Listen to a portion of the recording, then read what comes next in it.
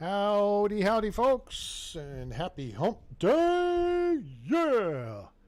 A-Train here with you for another episode of Farming Simulator 22. Well, welcome everyone back to the channel.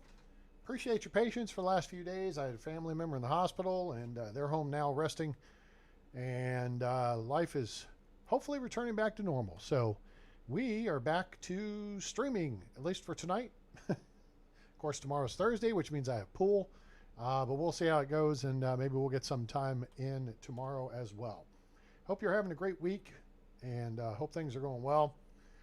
Let's kick it on over to the game here and see where we are at. We are, we don't have to do that. We just unpause the game and turn around, and oh no, the snow is gone. It's March. And there's rain in the forecast, like we need rain. But hey, the snow is gone finally. Not that I didn't dislike the snow, but we couldn't really farm with the snow. So what do you do? Okay, I see 3 blue tractors in the shed, which is good. I'd gotten a notification, and the game took an extra minute to boot. There's a new T7 variant of the New Holland tractors, and I thought maybe this one had gotten ditched somehow, but it looks like it's here. This is T7 315 HD. Let me jump back out here because I don't necessarily want to use that one right away, but let's see. Let's just take a look at the shop. Shopping. I think the T7 no, it is a medium tractor. So let's see if we can find this new one. Plus I put okay, so there's a T7 short wheelbase. And we have one of those. There's T7 long wheelbase. We have one of those. And there's the T7 HD Tier 4F. Now what could that possibly mean?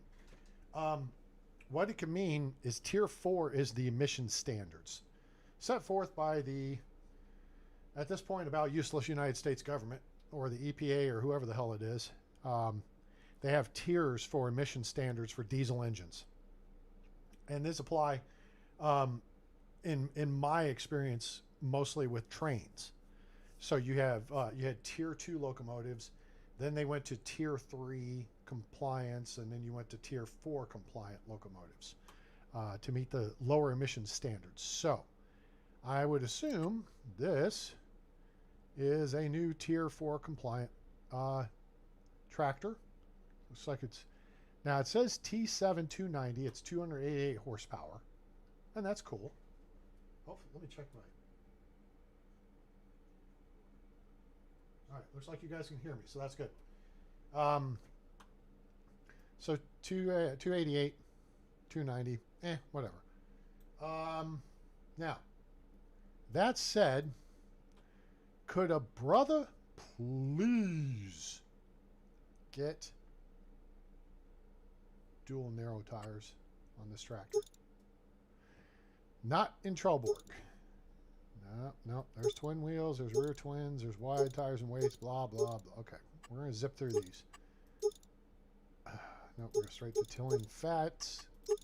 Not twin fats, but no, it doesn't even have narrow tires. Midas could be. Damn it. Well, anyway. I don't understand it. I really don't. Who are the knuckleheads making these and not putting dual narrow tires on them? So here's the thing. I actually found a video that walks you through the mod process of changing the tires on a tractor in the game. And I was like, wow, this is amazing. And it's really complicated. I don't know if I can do this, but I might have to try after watching the video about 5 more times and take lots of copious notes. And yeah, I don't know. But I don't know. If I could figure out how to make these guys go into doubles and not look stupid. Now, here's the thing. I think we've got an example to work with. and this will help. First off, let me see what we got. T7 315 blue power. Well, we've already got a T7 with 313 horsepower, so that's our number 2 tractor. So this does nothing for us. We do not need, and this has the Fiat power and the whatever. Blue power. Blue power design, whatever. Okay. Goony goo goo. We got to drop back down to the small tractors. And it should be way down at the right end. See, there's a T4 series. Okay. It's a T5. Right there. I think this is the one. This T5 Tier 4 mod. Okay, hang on. Let's hold on to it. Because I think it's actually this tractor here. The TS series. Which may be T5. And someone may be pooched up typing it or something. But I think... Oh, yeah, this is the 2-wheel drive. Wait. Is this... Come on. One of these guys had... One of these had dual narrow wheels. I could have sworn.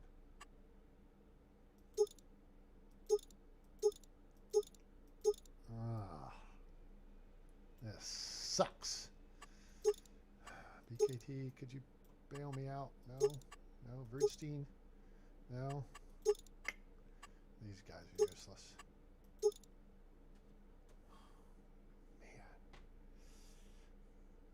Clean windows.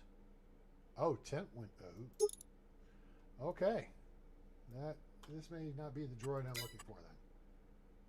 Maybe could be the TM series. I wasn't terribly impressed with the tractor. Those do not look like narrow tires. Honestly. I mean, they're a little narrower. But they do not look like narrow tires. But what's interesting is, like, okay, you see here is the tire rating. 420, which is 420 centimeters or millimeters all the way around.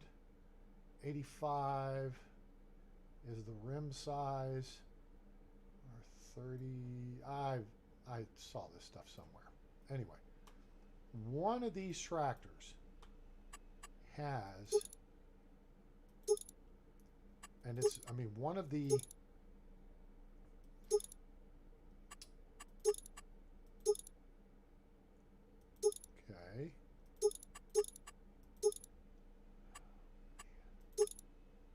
That's the stupid front weights. Now, you know what? I think I know which one it is. I think it is... we looked at the TS series, right? I think it may be this. Is this... This doesn't seem like it would be right. Rear twin wheels. Oh, they're... That is not right. Now, it's not right, but it kind of is. It kind of is from the standpoint of it gives us this. Then it's a matter of putting this connected to another one of those. And we've already got New Holland tractors with the narrow inner tire. Problem is, these are not narrow. I mean, those are super narrow. Not. Now, those are narrow on the front and the back. I think whoever did this is this may be a mod, and I think this is just not done right.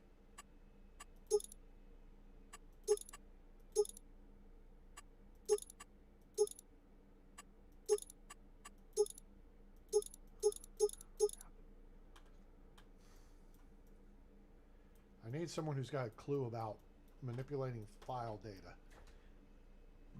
Excuse me, because basically what you've got to do is find a equivalent tire somewhere else.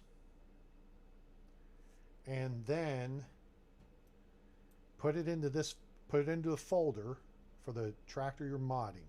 And then you can position it. It has like a little ball with your XYZ axis. You can position the wheels and relative to the axle and all this stuff. There's all kinds of stuff to it. So it's complicated as hell, but it can be done. So I'm going to have to apparently just keep working on figuring it out, because I want my dual narrow tires on my New Holland tractors. I thought one of them actually had the right deal, and I guess I thought wrong. All right, we're not going to foo-foo around and waste any more of your time about that. You guys didn't come see me fart around looking at tractors again. I am thinking about, I'm just probably going to get a, where's my piece of paper? Oh, it's in my notebook. A Case International Harvester. And it may replace that one. It may replace our Genesis, because it's a 400 plus horsepower tractor. We only need one of those in the fleet, technically. So I may be getting a red tractor. We'll see. That said, let's take a quick jog around the farm. Yeah, that's an idea. We got eggs. We do have a pallet of eggs over here. Okay, good. We got a pallet of eggs. We have, a whole pallet and a half of wool here. There's 3/4 of a pallet of wool there. Food's looking good. How's our food over here for these? Oh yeah, I kind of filled these suckers up.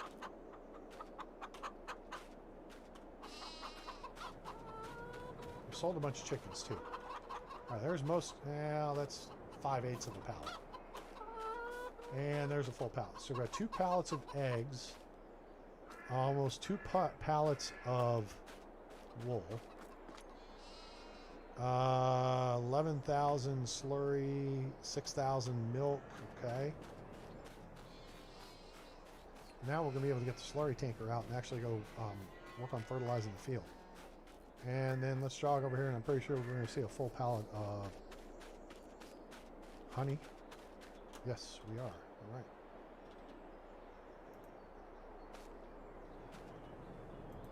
And presto, rookie. There we go.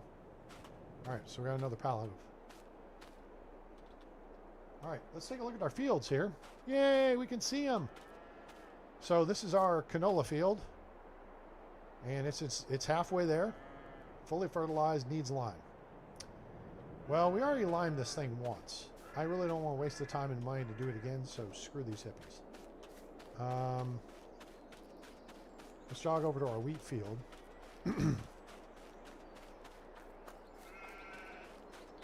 Now our sheep have actually reproduced. We have more sheep now. Wheat field's at 3 of 7, still in good shape. This one's maxed out. We have done what we can do this field. It's just a matter of waiting. All right, so there's the story there. Now, hello sheep. Yay, it's our sheep. All right, so let's take a look at the animal husbandries. And let's see here. Okay. So this is the chicken coop over by the house. We had sold off a bunch of chickens, but now you can see we're at 300. There's another 300, so that's 600, 720. This one's maxed out in chickens. All right. So these are newborns. These are the next youngest. And there's these. No, these. And these. All right. So we have a full chicken coop there. Now, what I'm going to try to do, and this is a big try to do deal, is we're going to try to build a couple more chicken coops, and we're going to try to move chickens from one chicken coop to another chicken coop. Except, hold that thought, because I did download a mod for basically it's an animal trailer, and except it allows you to put chickens in it. It would already hold cows, pigs, and horses, or cows, pigs, and sheep, but they set it up so you can put chickens in. All right, so El Sheepo, we have 120 and 37 and 37. All right, there's 194 sheep. Yay, they had babies. So there's 194 sheep. So this pen's basically full. Our cows are not quite there yet. We probably still have another 4 or 5 months before we have more moo cows. Free range sheep barn looks like, all right, 30, 60, 90, 120, 144, 154. 154. So that one there still has a ways to go. Now this one has 480 chickens, so there's room here for them to, they're going to have another crop pretty soon, next month. They're going to have more chickens. Moo cows. Hello, Lee. Welcome aboard. And then our third, 180, 360, 540. Yes, 540. I can math.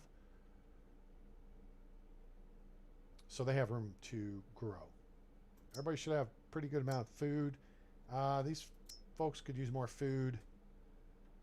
They're good on food. The moo cows have tons of food.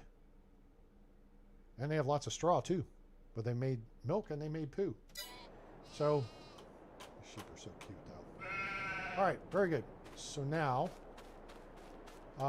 let's see. So we need to get 2 pallets of eggs. I mean, we could just take all the pallets of wool.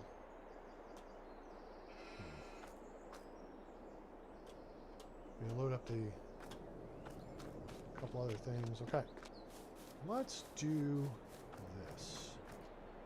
Do I want to put this one on poo duty? Yes. I think we do.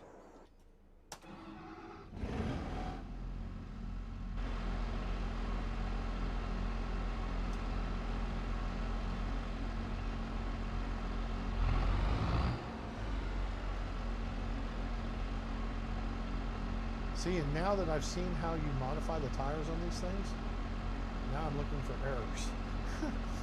Because it looks to me like these could probably be moved a few more pixels of outboard, and it would look like it's fat tires.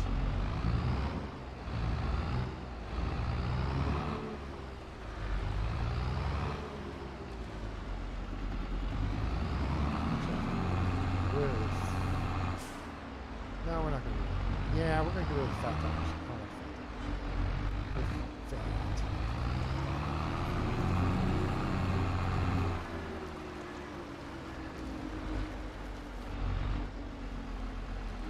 Grass is over here, and the grass is in, I don't know, I'll have to check and see what state the grass is in.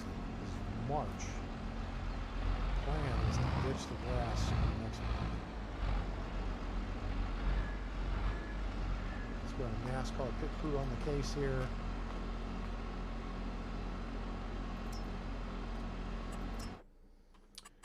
And we're going to switch to, there we go, regular tires and wheel weights, but if we're going to do that, we'll do Michelin. No. There you go.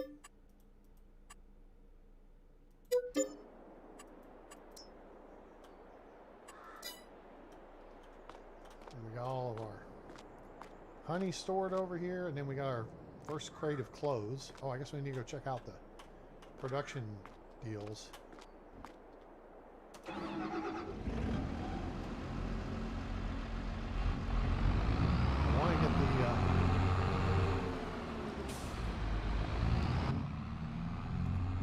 want to get the poo sprayed going, poo sprayer going before rain hits.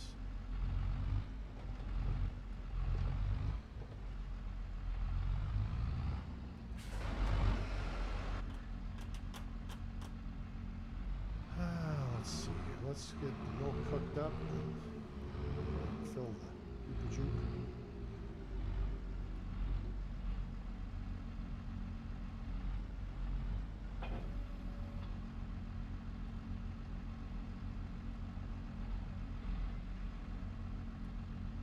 We're not in a position to fill the thing?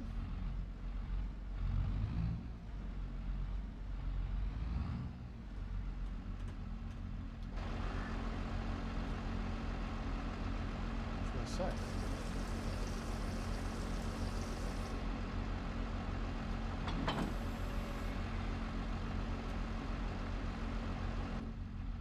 Yeah, it takes care of that now.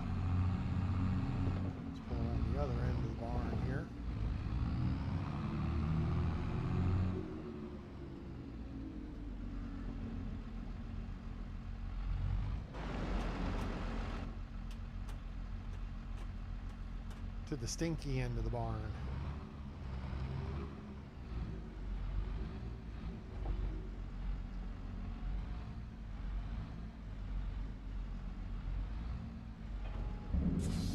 Sploosh.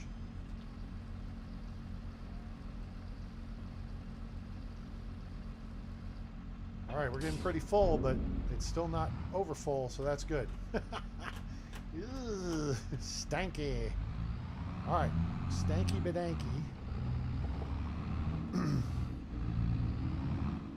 Why does our trailer look hinky?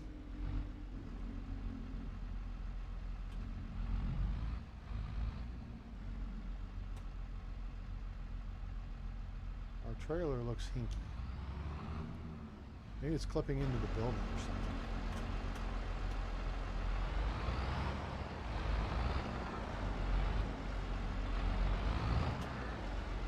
Yeah, I think it's clipped into the building. Oh my gosh, are you serious right here?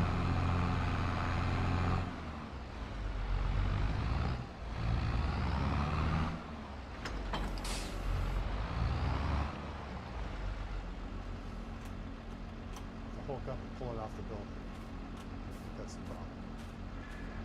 All right. There we go. That looks no better. That's why you have that mod and stuff. I mean, that's part of the reason why they have the super strength in the game. And in case you have situations like that, you can actually correct them. Okay, so now the question is, are we going to be able to see where we left off? I'd like to think so, but we will see.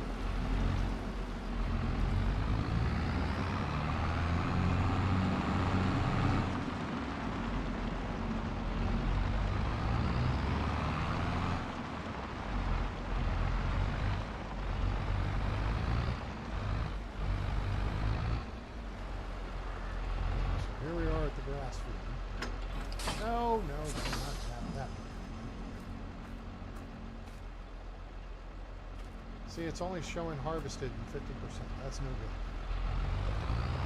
I expected it to start regrowing. It is not good. It's not making me happy. And so let's see what our planting calendar tells us. We are going to plant soybeans, and we have another month. So maybe we can get something out of this yet. I don't know.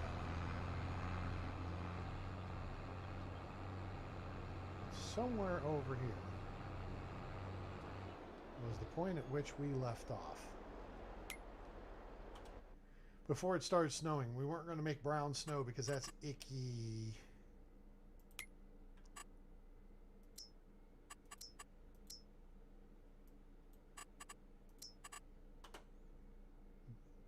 Okay, so now you can kind of see where we were.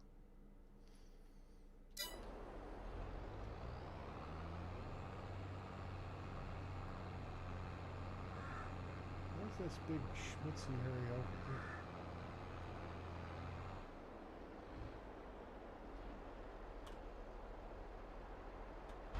What is this?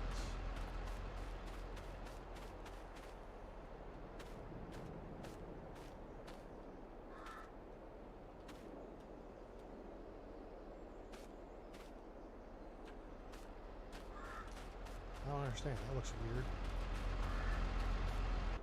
So I'm a little bit confused. Oh wait, there's the brown. Hooray! We can see the doo-doo brown. Yay. Okay, this helps. I just realized. Hey, wait a minute. There's the fertilizer color. So now, what we're going to try to do here. Try being the operative.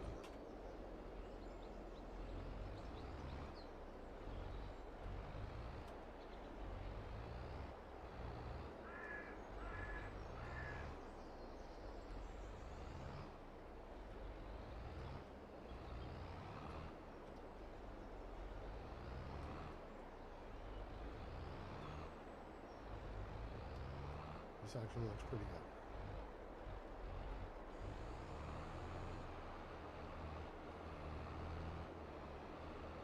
Oh, are we spraying just like that?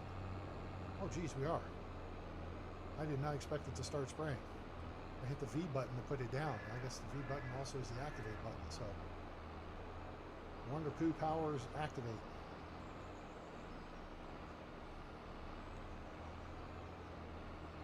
That said, I'm about of the opinion here, although we do have to get rid of the poo.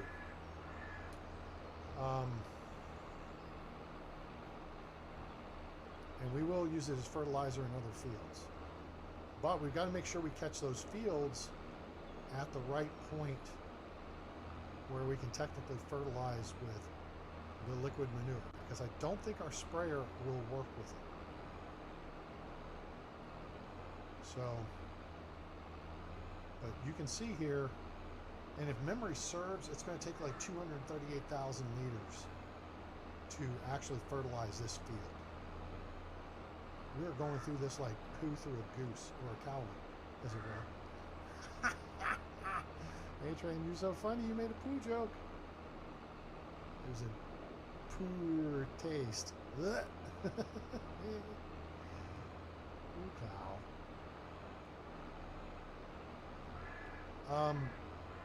One of the issues I think we're going to have here, and we're going to stop.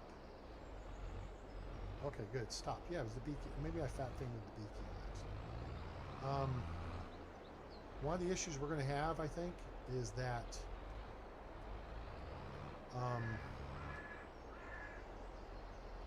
I think the contract system is broken right now with the current bill.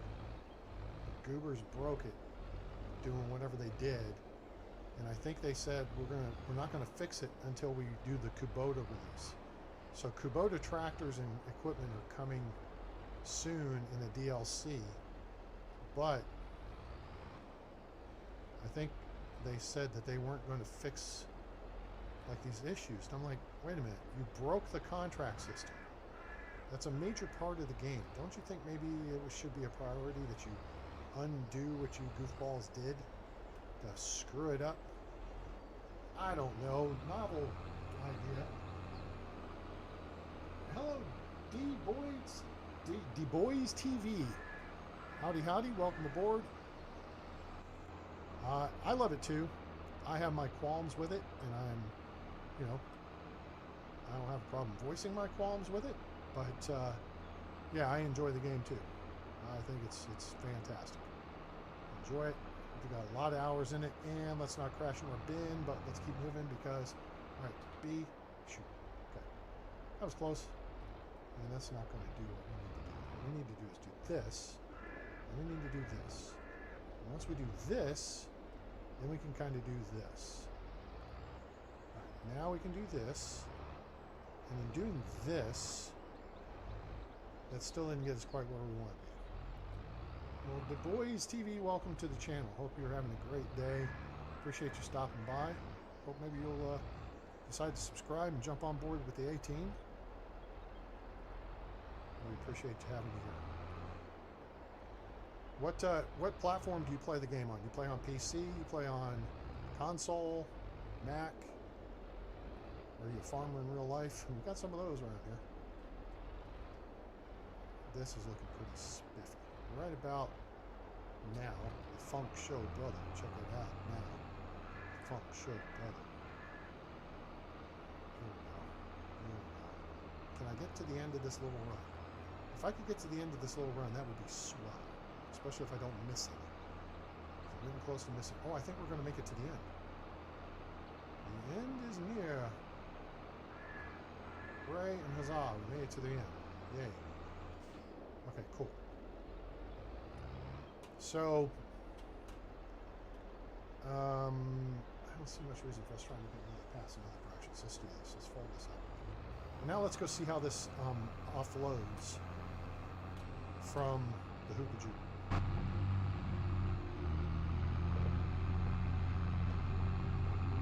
Because I don't know, I'm having an idea.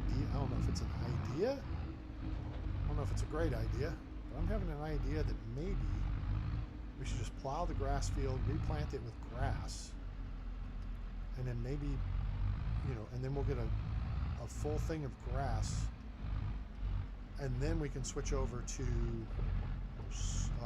soybeans. Hey, here we go. Start overloading slurry. Wait, are we going the right way? We went the wrong way. How about? There we go. Now we're going the right direction. Bring on the poo. The Royal Poo Meister says, bring on the poo.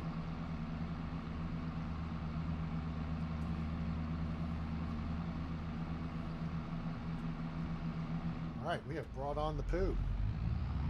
So start overloading means we go from us to it. That's the I key. The R key refills us from them. Go from us to it, or take it. Them giveth the feed.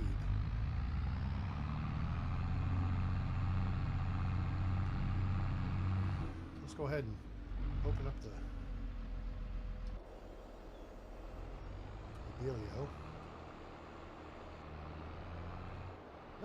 No. Wait, whoa. It started spraying automatically again, and I don't understand why. I should not do that. It's not nice.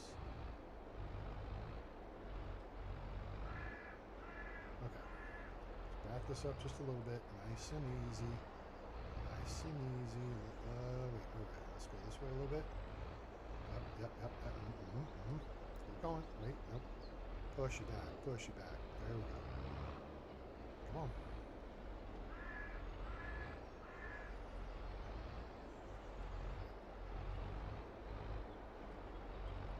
Oh, guys, seriously. So, let me tell you what's happened over the past, 96 hours, I guess? So it's Wednesday. Yes, let's go back to Sunday.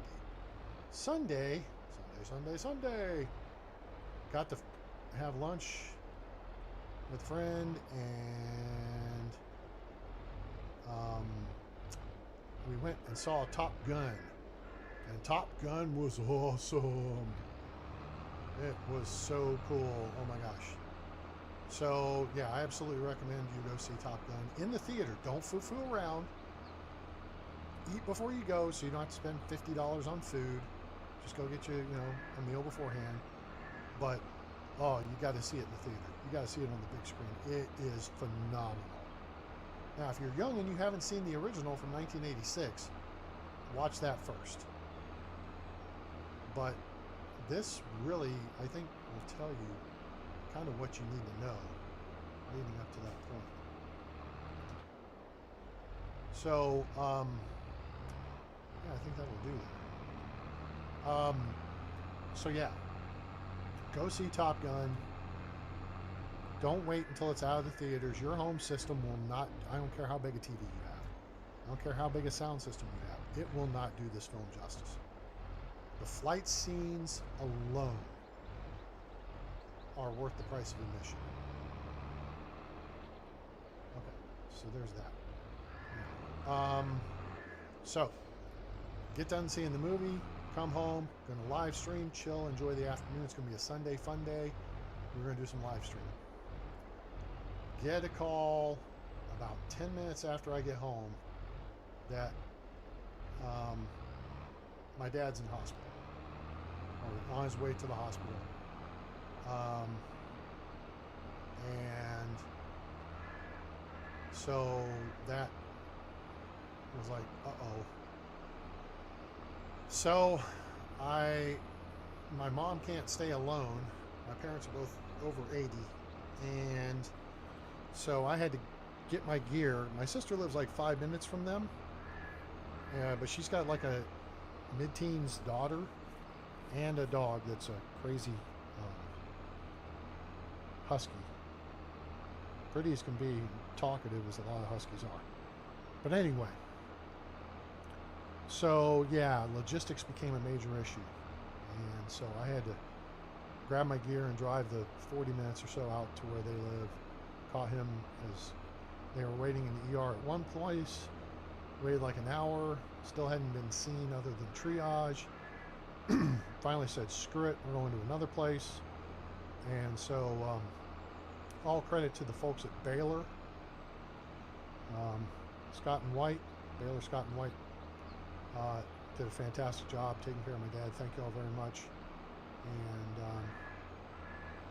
yeah, so they wound up getting him in, doing some tests, and admitting him over to another hospital location that night. So I had to stay with my mom. My sister stayed with Dad and went through all that. I think they finally got him into a room after 11 o'clock. And yeah, so they were doing tests and this and that and the other, and he finally got to come home today, so that was good. And so hopefully he's going to be around for a while longer. So, of course, Father's Day is coming up this weekend, at least here in the United States. I don't know about other countries. So, wait, stop. Hold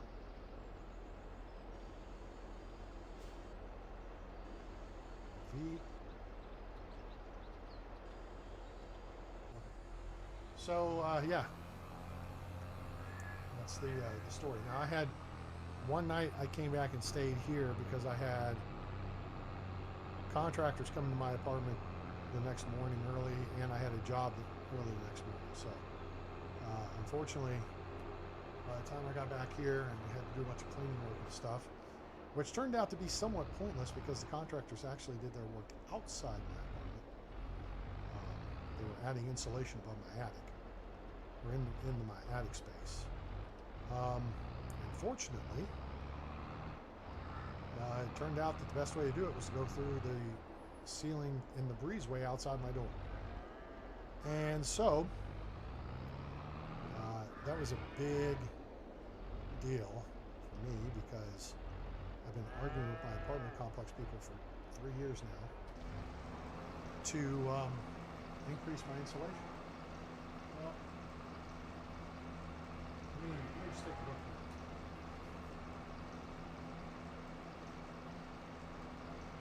I can't tell if it's an 8 or a 6. Hang on a second. Oh, that's a 6, baby. It's 7:40. Okay, so it's 7:40 here in the Central Time Zone, PM. And it's been close to 100 degrees here in Dallas several days. So what typically happens with my apartment, because I'm on the second floor of a complex that was built back in the 80s, is the attic space gets super hot and my AC equipment really struggles to try to cool it down. Well, we're going to cut across here. I do not want to knock over my mailbox. You guys saw I missed it. Okay. At least the mailbox got fixed after it snowed.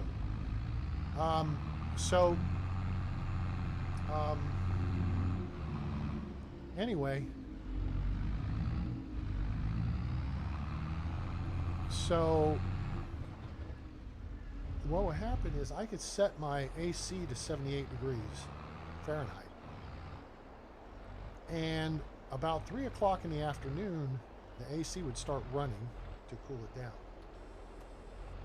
And it would not stop until like 10 o'clock at night.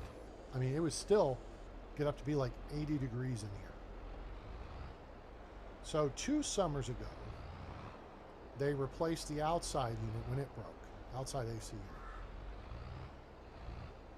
Then last summer, and it was a brand new unit they put out there, right? So let me see if I have this set. Okay, now, that's what it should be. So last summer, the outside unit, which was just a year old, broke again. So they had to fix it, but then they had to come in and fix the inside unit. They had to replace it. So I have an entirely new air conditioning system. all things considered. In an apartment complex, this is kind of unheard of unless you're in a brand new apartment complex. This apartment complex is 40 years old. I don't know, it may be older than that. But it's probably 40 at minimum. So I've been arguing with them for 3 years saying, guys, you don't seem to understand the words coming out of my mouth. It's the insulation above my ceiling. Because if your AC equipment has to run constantly, there's a problem with the insulation. You've already now replaced both the inside and outside units, which means if they're new high efficiency units, which they should be, then they should be doing the job and keeping the place cool. But if they're having to run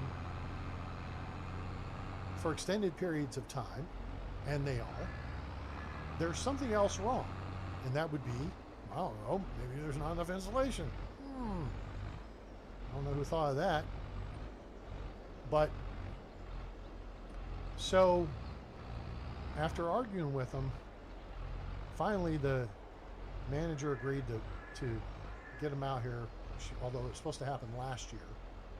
She drug her feet for another year. So the contractor showed up, I guess that was Tuesday morning. Yeah, Tuesday morning.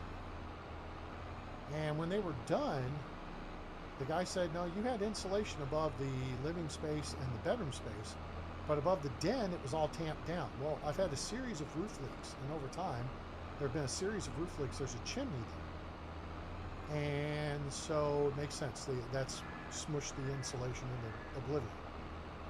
But they laid insulation in on top of the existing insulation, and now it's 76 degrees. It's cooling in here, and I don't think the thing's gonna have to run full song all day. I mean, in the afternoons when I'm gone, I usually push it up to 78. So I'm looking at being a little happier camper than my insulation upgrade.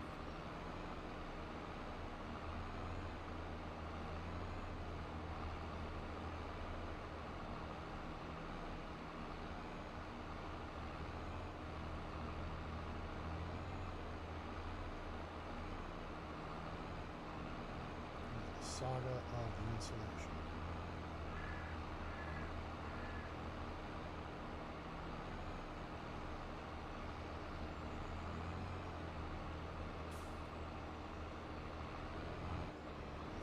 Blow the rest of it out here,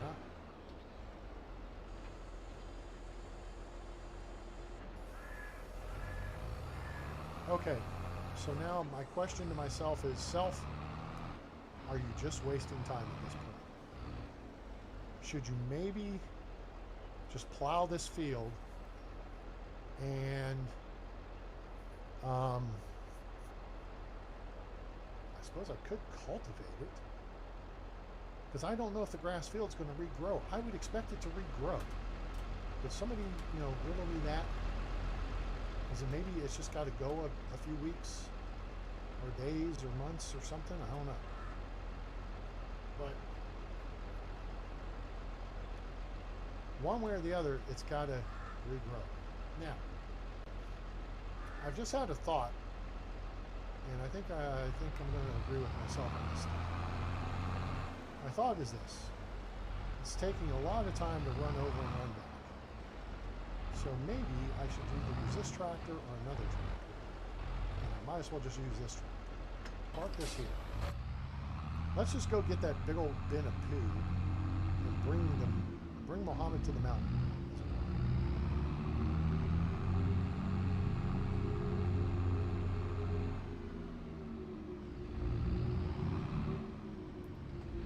We'll just bring the whole kit and caboodle over here.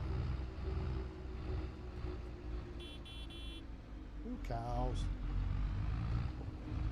Can you guys hear the tractors okay? Is this thing on? I know my voice is working. I just want to make sure that you can hear the tractors. That's it. I did it again. Oops, I did it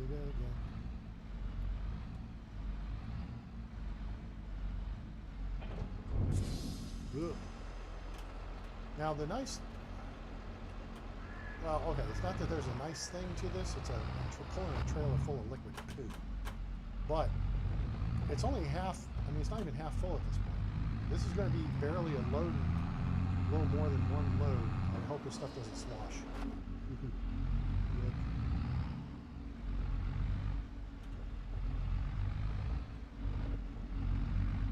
Sloshy. Blech. So there's this really gross video on YouTube, and I don't know, it's not on YouTube, it's on Facebook, something or another. Yeah, I'm going across here so I can make the turn.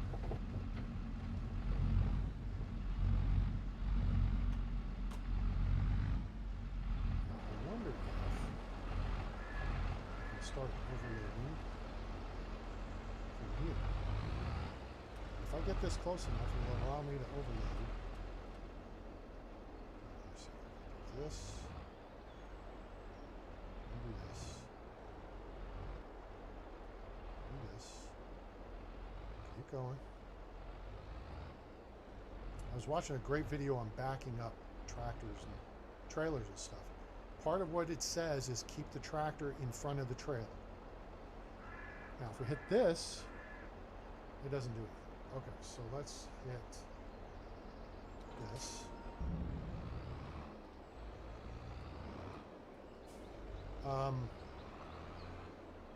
Video.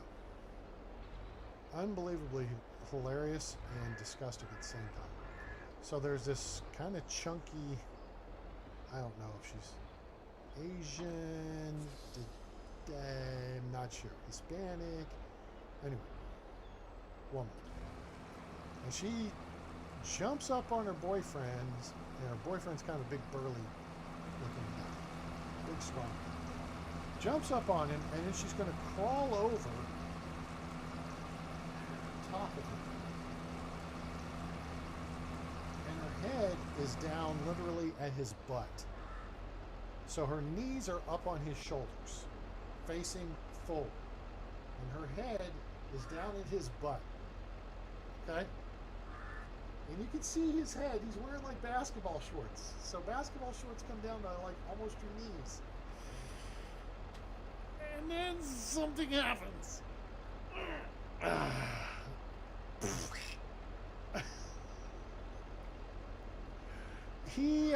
I think she pushed on a bad spot on his belly or something and activated, yeah, something bad. And a mess was made, and he literally kind of dropped her into it. Kind of scooched himself off to go to the bathroom to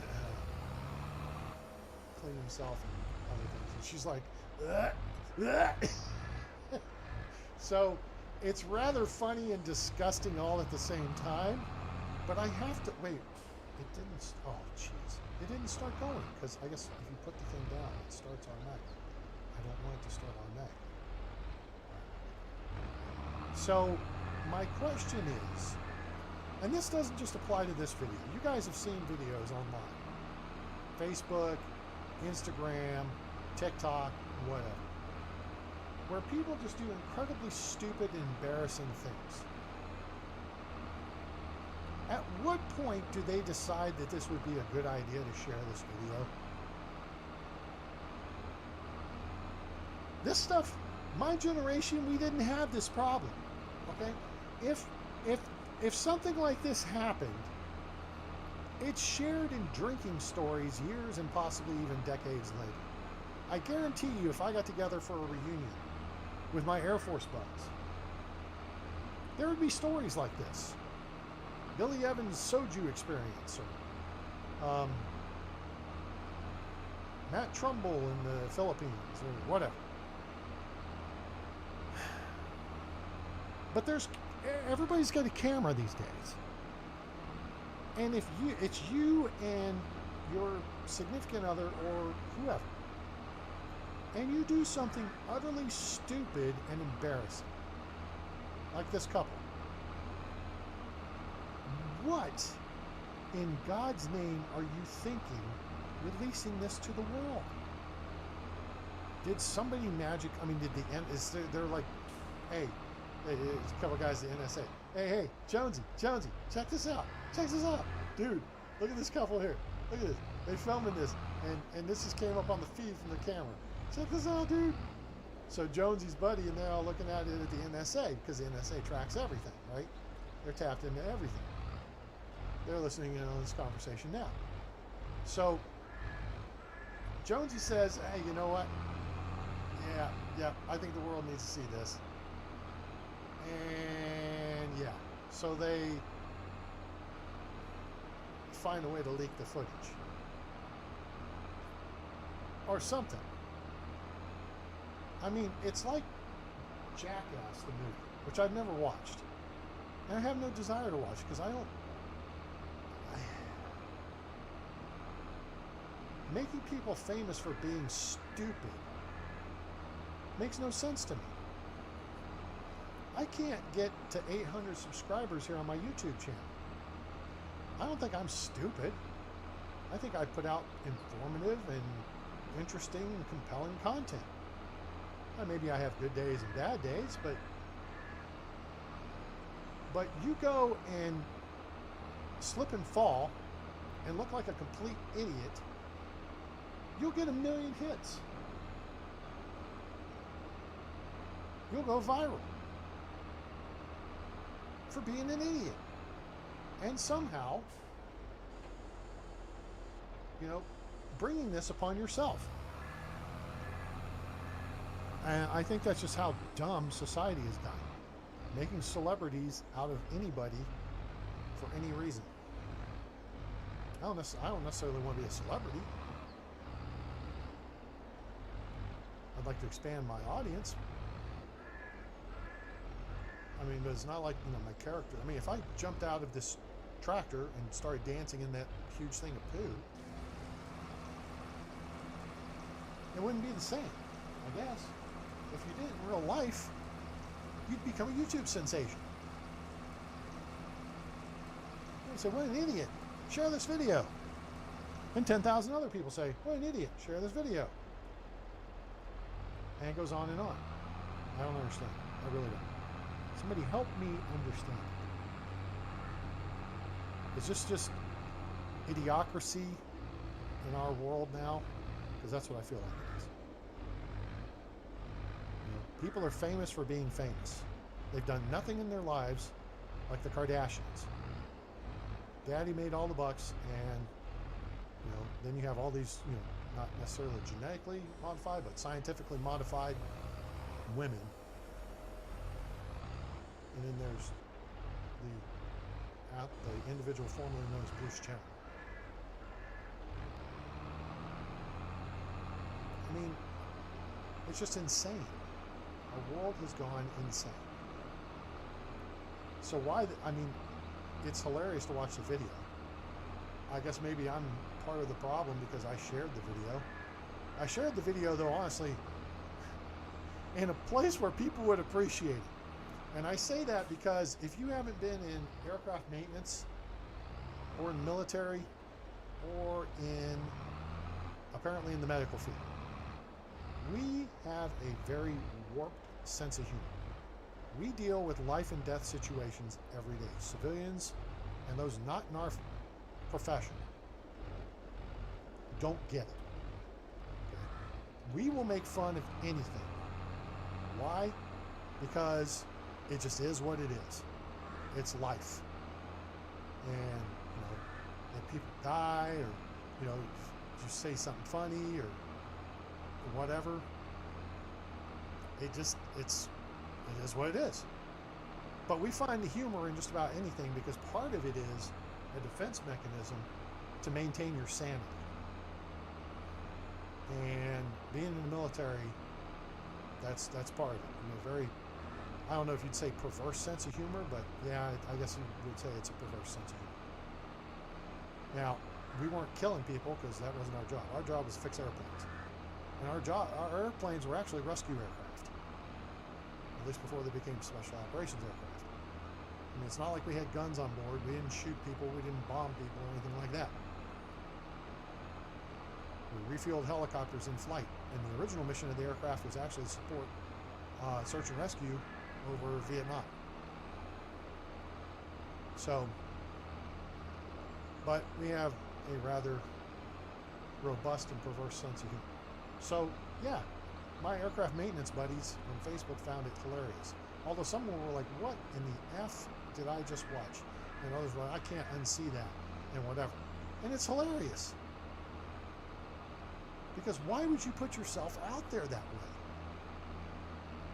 I just don't understand it. Needless to say, it was, yeah, I was hoping to get to that little corner spot over there. Hey, we've gotten rid of all the liquid poo. Yay, us. Now that we've done that, I'm not sure if I want to plow this field and then throw down some seed and see if we can get, you know, to like the middle of March. Because this field is going to be soybeans. That's it. So soybeans are where it's at. What I am going to do though is position this back over where the blue trail was, where this originally was stationed, so we can fill it up first, and then we'll reposition it, and then we'll fill up the blue thing. I mean, it made sense to do that over the winter. I don't guess it makes sense to do it now, but whatever. Look, here I am just driving all over the place.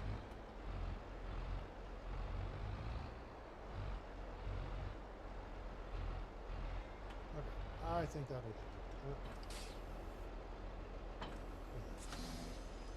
All right, we got 625 liters. The cows have already been busy.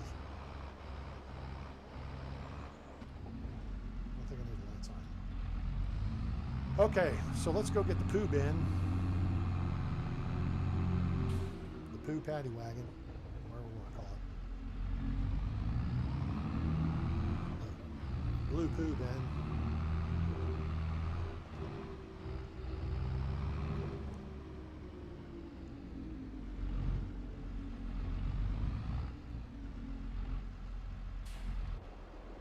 I mean, I found another video the other day that I shared with the group, and of course we had just a bazillion hilarious responses because crew chiefs. And it's like this man and woman arguing out on the street, and the woman is kind of thick, and she just up and starts ripping her clothes off and chasing the guy around a car. And I'm like, what in the heck is going on here? Somebody is filming this from the building above. And it is quite hilarious. And somebody made the funny saying, she overhulked up. She hulked. Oops, I did not make the turn. Yeah, so I thought that was quite funny.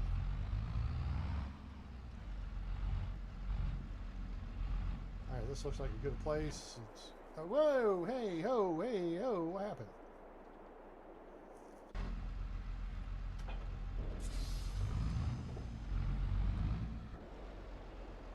Wait.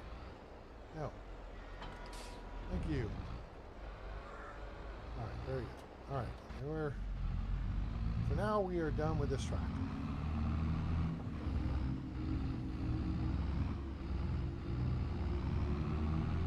The sun's coming out. That's kind of nice. So now we need to get the little tractor, get the trailer, and go around and pick up stuffs.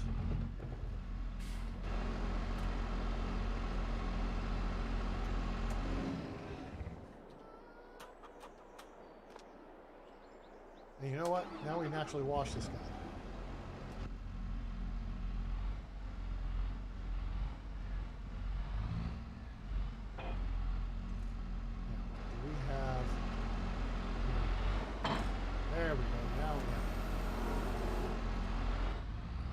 Let's take this thing out and wash it before we do anything. I know, yes, you're just going to get it dirty again.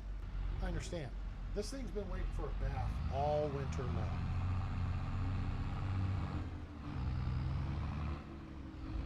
Plus we need gas up.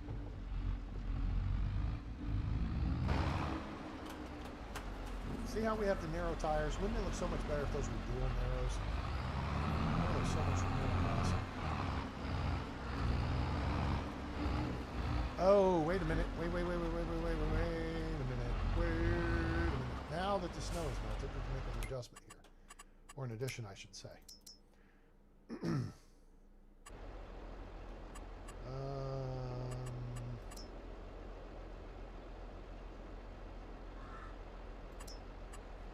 Right here. A DEF pump. Diesel exhaust fluid.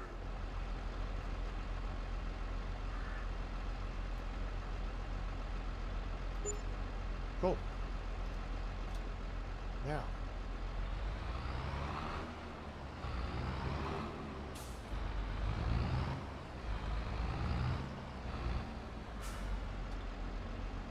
Refill gas. Excuse me.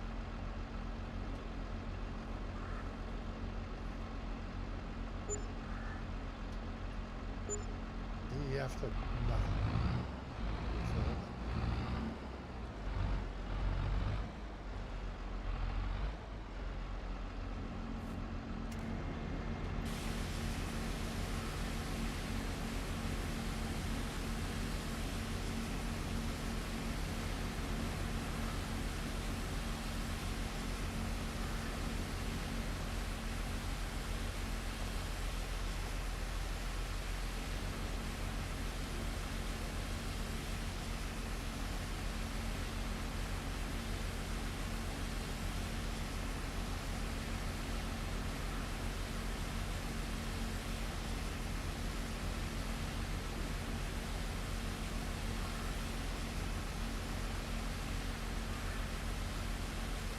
So much nicer to have the truck.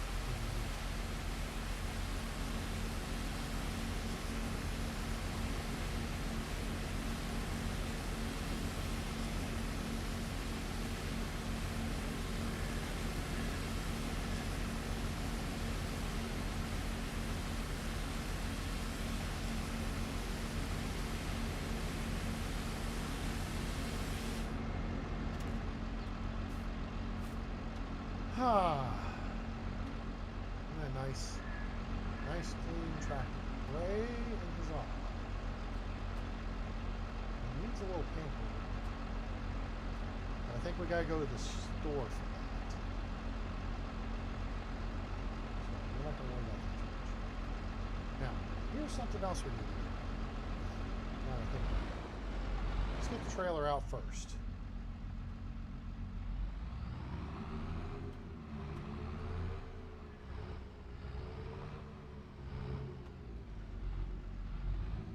See what the temperature is. I don't know. Haven't checked the temperature this morning. What's the temperature this morning? All right, so we've gotten not quite half a field 12.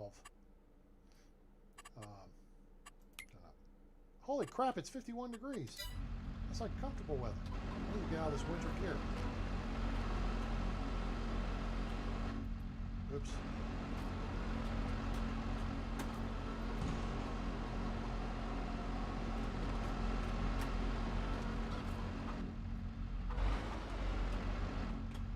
Did it again.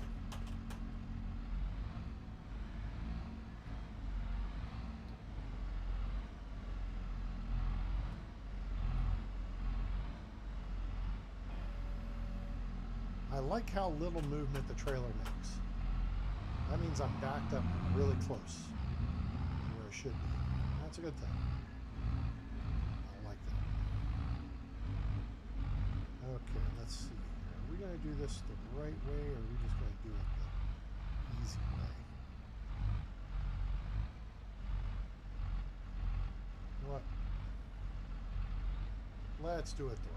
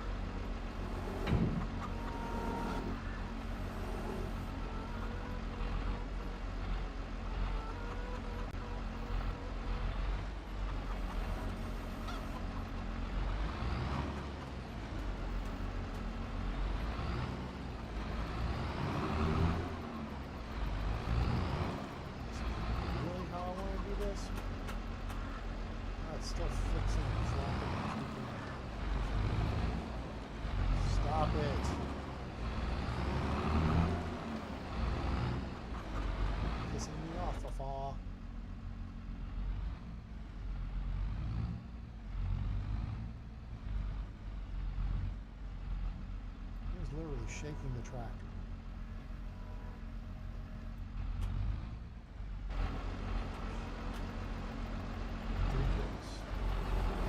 Oh, there it goes! Hooray! Just flipped the eggs into the next field. That was awesome. Alright, we're just going to do this the easy way. Because if the game's not going to cooperate, screw it. We'll do it the easy way. I tried doing it the real way, guys. You saw. I tried to do it the right way, right? Did I not? Did I not? I'm just saying.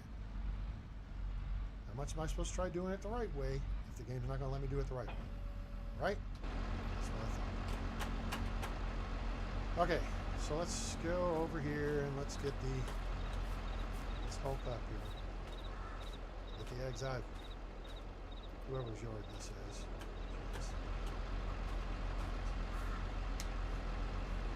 One thing I figured out is that I've gotten, at least I got one earlier. I had a mosquito in my apartment. Boy, did he make a nice little splatter of blood. I smacked him into his short life existence.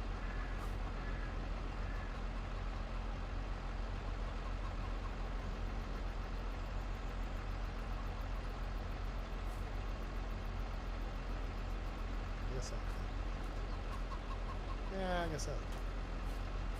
We should have a nice strap over kind of the middle. Yeah, sure. Alright, let's get that. Let's get this. Alright, now we're going to move over here. See that little exclamation point? You guys wonder what that little exclamation point is there on the back of the house? I'm going to show you.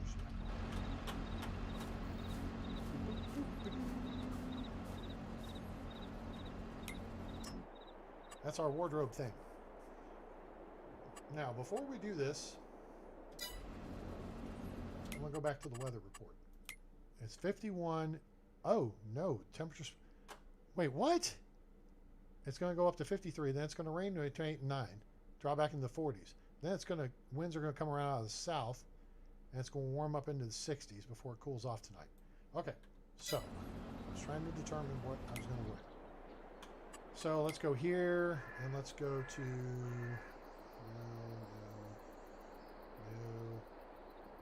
That looks a little, not quite warm enough. Wait, do I have other options?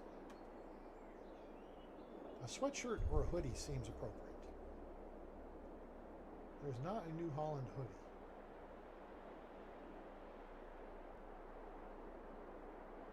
I mean, I guess we could wear a farming simulator hoodie. That seems too heavy. Yeah, it seems like too much. Case, we don't drive case. So I guess we could do hoodie. Let's make it an Alabama hoodie. Dun dun dun dun dun dun. Bum bum bum bum bum. Well, we don't need gloves. Bum bum. Oh, no, chainsaw. No.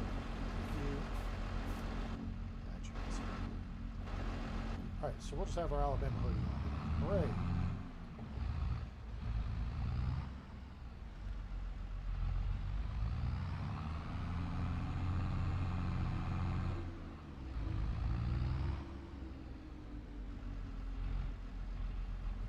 So the question is, do we want to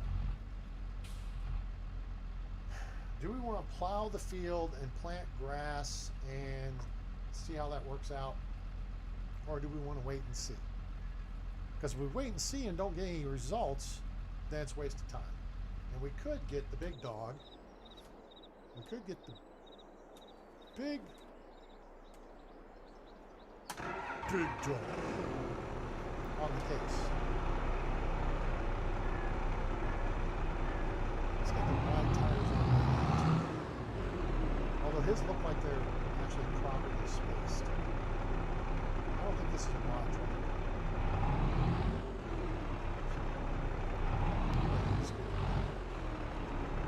And where?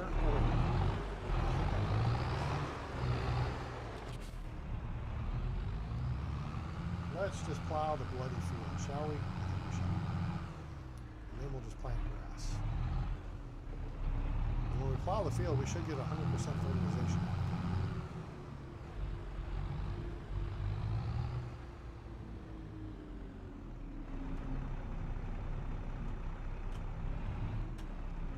plow looks like it's seen better days. As it works.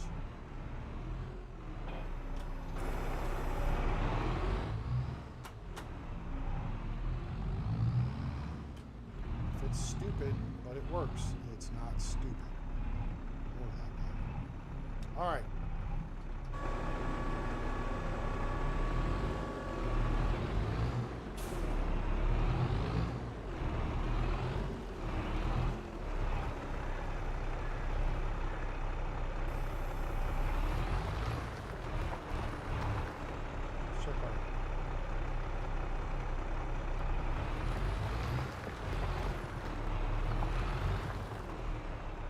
I missed some already.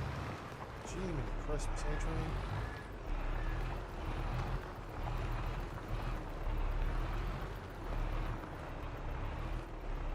Okay. Course play.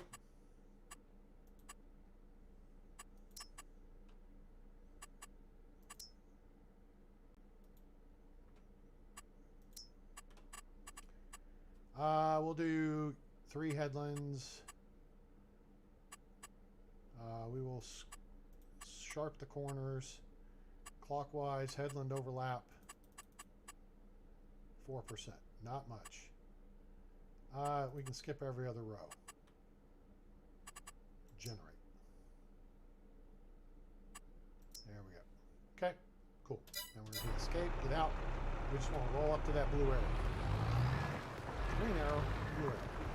Right, now we're under the blue arrow. Now we hit the delete key, pull up our thing. First waypoint's where we're going to start. Hit the play button, and there. Chicky Poo friend here is John. Her sweatpants. She apparently is comfortable in that cab, so good on her. All right, so that's in progress. Now, here we are. What am I doing? Oh yeah, I remember. Nope, chainsaw. No. It's twice as many. Alright, so we're going to get the pallet of...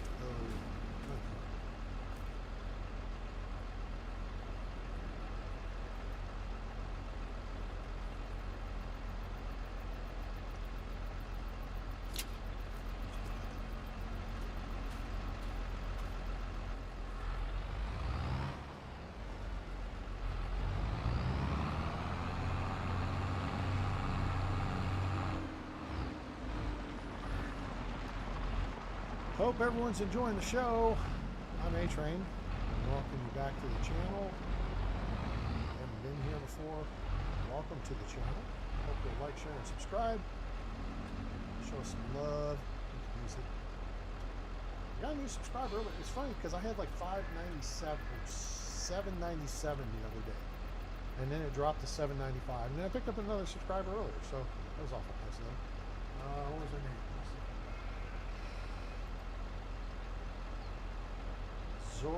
Zoard Banyan. I hope I'm saying that right. Zoard Banyan. Welcome aboard. You're out there somewhere. Appreciate you jumping on. I hope you enjoy the show. Alright, so let's do this. And I'm kind of about to the point of making an executive decision regarding the production stuff.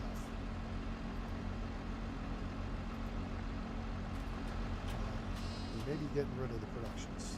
As soon as we exhaust our existing supplies, I think we can get rid of it.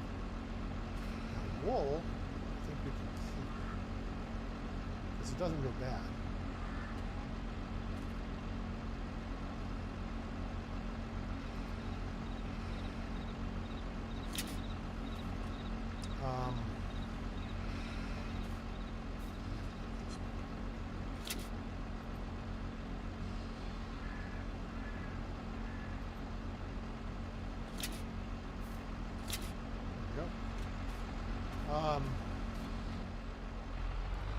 I've come to the conclusion, we discussed this in previous episodes, farmers do not own production chains.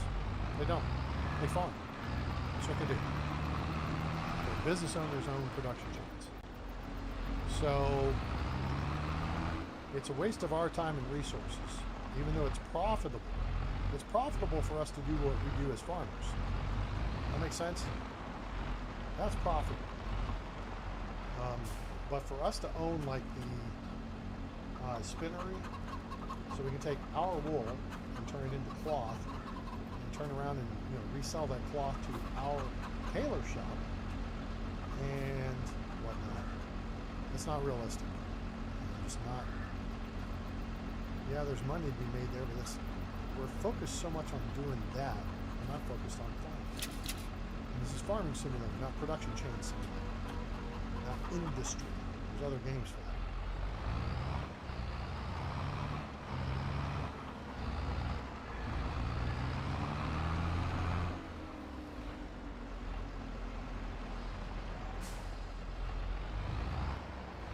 So and the sugar beet factory is a prime example, or the sugar processing plant.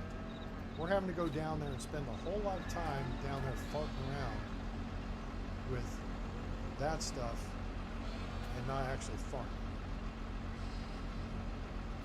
That is not really part of what we as farmers will do. Cool. All right. Turn this off. So that said, let's take a look at our production chains and see what we're going to do with what we've got here. All right, so now we own the dairy. We're making chocolate. There's 22,000 liters of milk and there's 13,000 liters of sugar. You know what? I guess we can go ahead and keep taking sugar down there. But I think our chocolate maxes out in July or in May.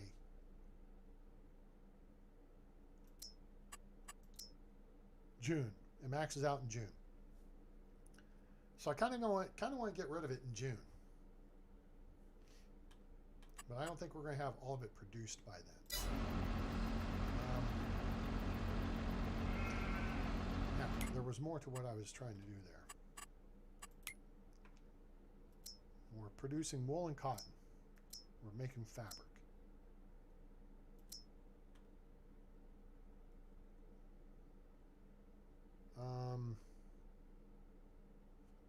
I guess we could dump this wool off there.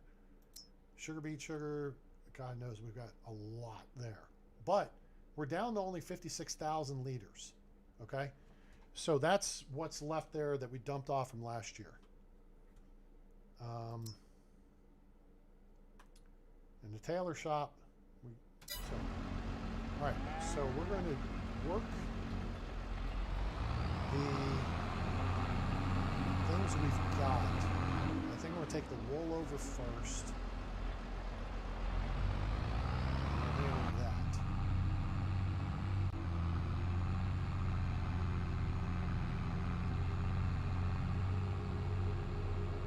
And then we'll look at, if there's any fabric, we'll take it over to the tailor, whatever.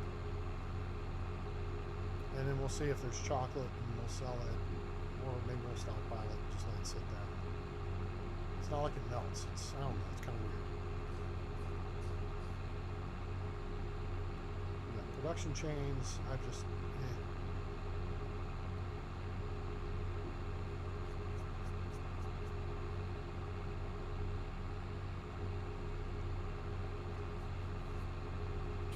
especially considering all the animal stuff we've got going.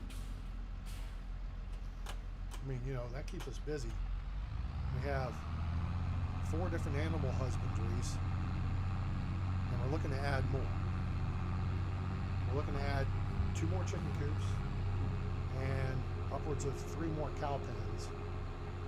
I don't mean USS cow pens. That's a naval ship, by the way.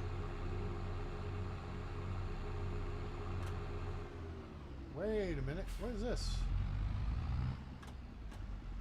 Oh, that's not us. That's us over there. This is cotton field. Yeah.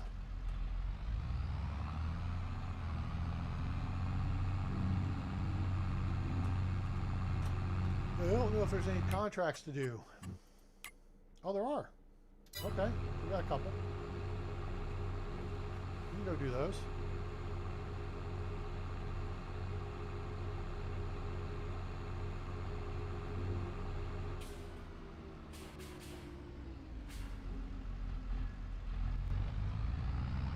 Now, for those of you new to the channel and new to this map, Frankenmuth, Michigan is a real-world place. North central Michigan. And these street names on the map are correct. Hey, look, there's actually fabric for us to pick up.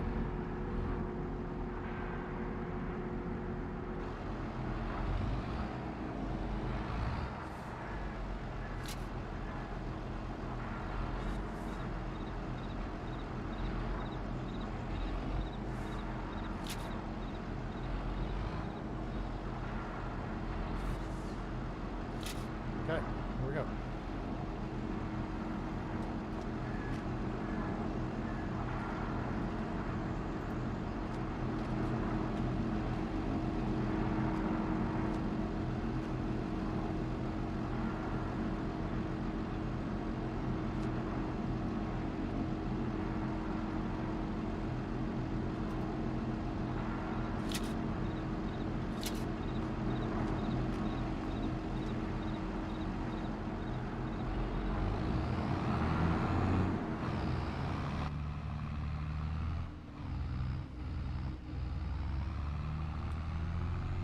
So now, wait a minute, because we're right by the bakery.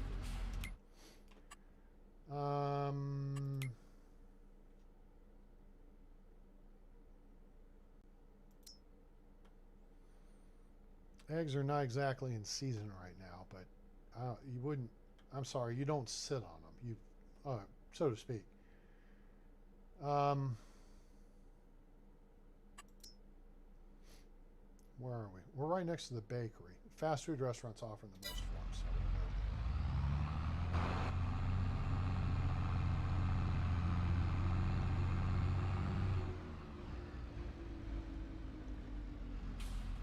now the only, I wouldn't say egregious, but the only actual changes from the prototype location, the map location in real life, the town of Frankenmuth is southeast of it. This is the southeast corner of the map that we're in right now.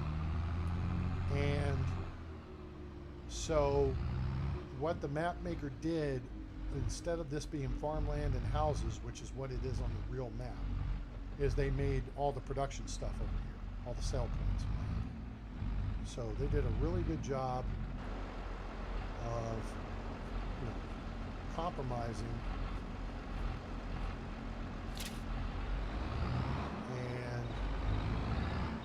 It works pretty good. Okay, fast food restaurant is the dining.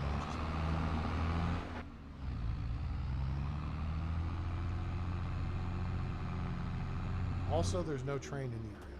They added the train. But the fields and stuff are very accurately modeled. If you're a new viewer to the channel and want to speak up in the chat and say, hey, A-Train, what exactly are you talking about? Can you show us the map? I'm happy to do so. Because I'm a nice guy like that. And I'm kind of excited and happy to be back streaming with you guys. We may wind up selling the honey here too. I don't know. We'll see how this goes. Buy the eggs. Make a lot of omelets.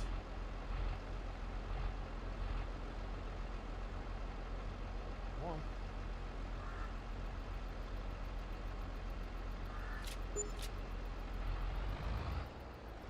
Well, they buy the honey too. May not have been the best deal for the honey, but I'm going to be fussed about it. Alright, let's look over to the left, and there's chocolate. Let's go get the chocolate. That usually goes to the bowl.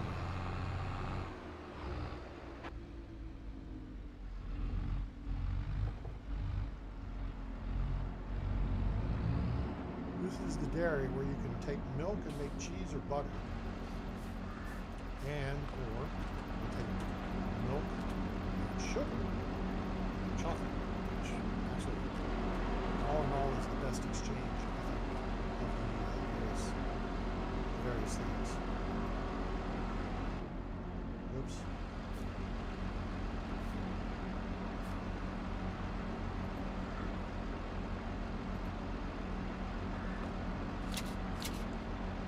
I was fussing with that because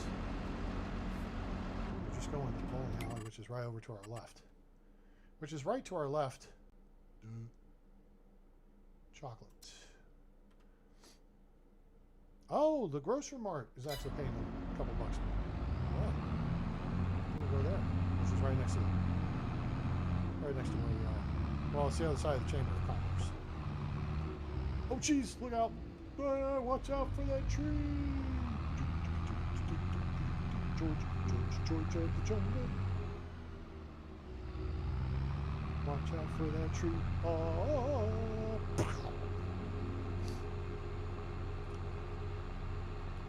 Here's the grocer. Grocer E.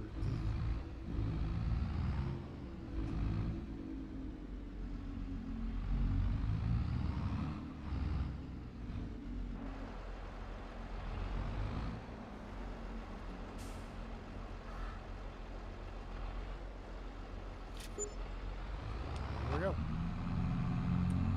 All right, we made us a few $1,000s. Hooray.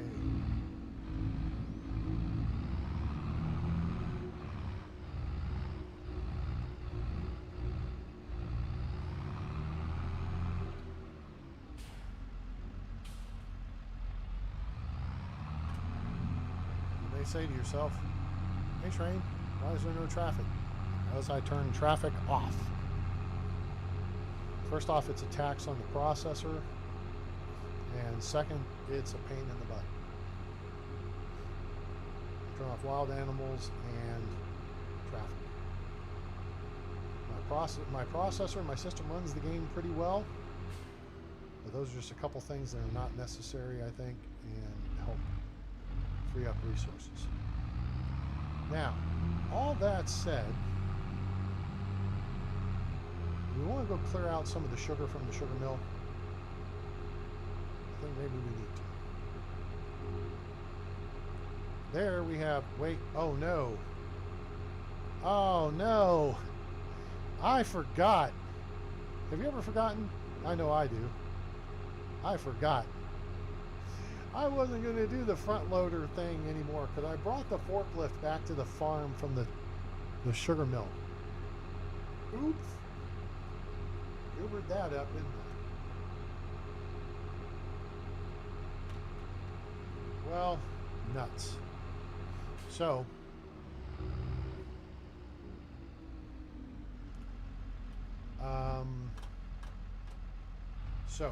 we're going to try something.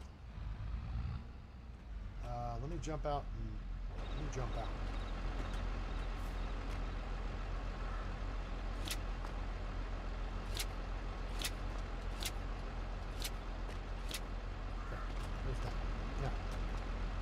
Let's do this.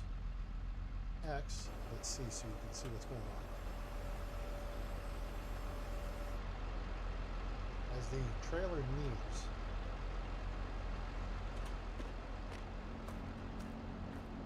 Again, if you guys are unfamiliar with the map, this is Frankenmuth, Michigan. And we actually are on the Bicentennial Farm. Where is it? There it is. That chainsaw. No.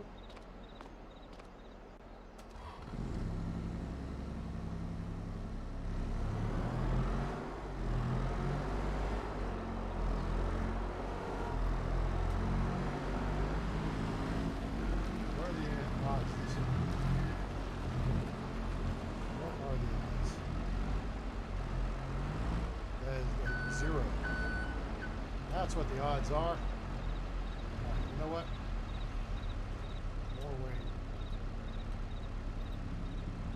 More than one way to do this.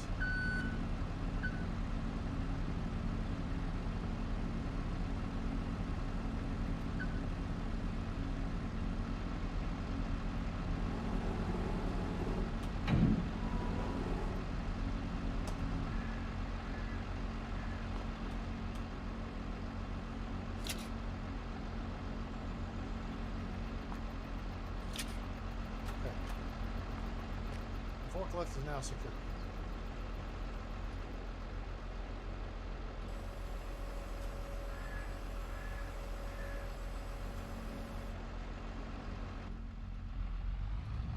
All right, let's go load up the sugar.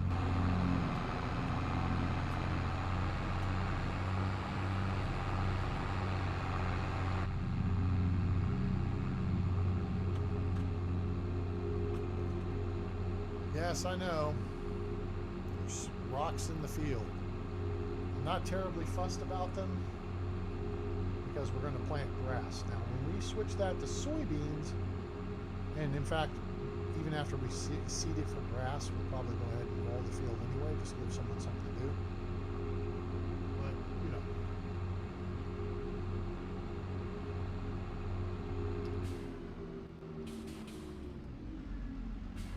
Now, if I had a better forklift, like a fancier one with bigger tires, it should have been able to drive up onto that this trail. But I don't. I have the cheap one.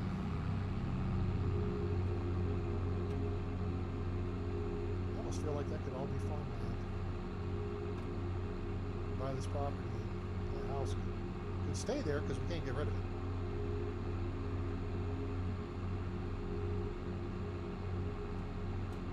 People have their fields lined.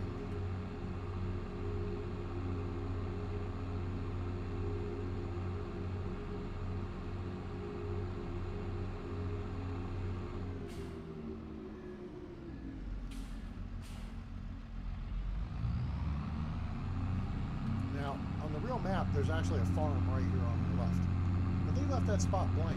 They left a couple of spots blank. They built 3 farms. Ours, this one up here to the right, which you can't kind of see, and then there's one over there as well, which there's not actually one there in real life. There's a house, a home, but there's not a farm there. It's in the trees. There's no lumber facility in these trees, and there's no sugar mill. But they added them for interest and production and whatever. Oh my gosh, look at all the frickin' sugar.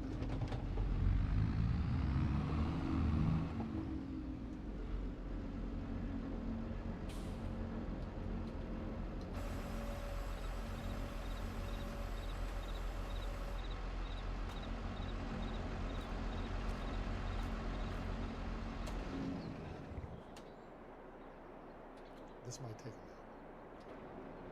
a minute. Now we could do this the illegit way.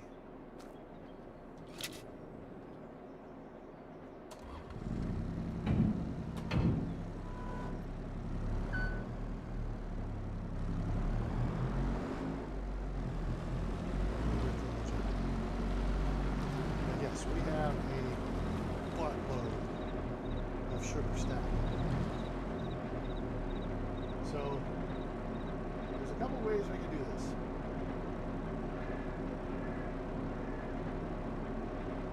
A couple of ways.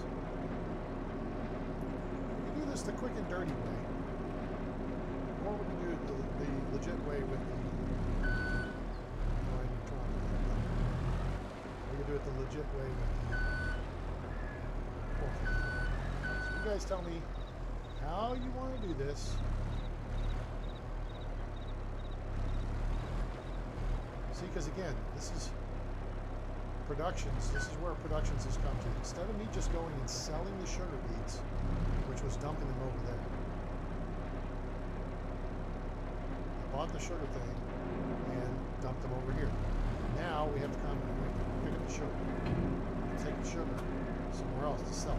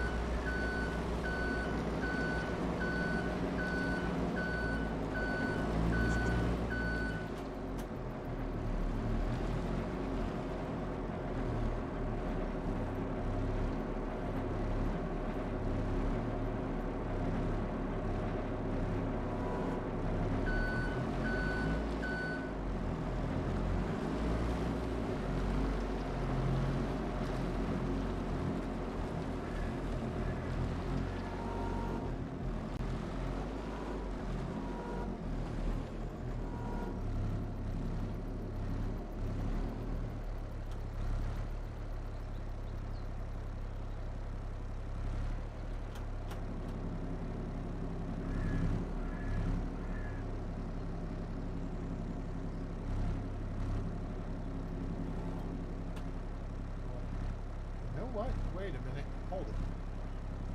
You guys see what I see here? You know what I see here? I see an opportunity.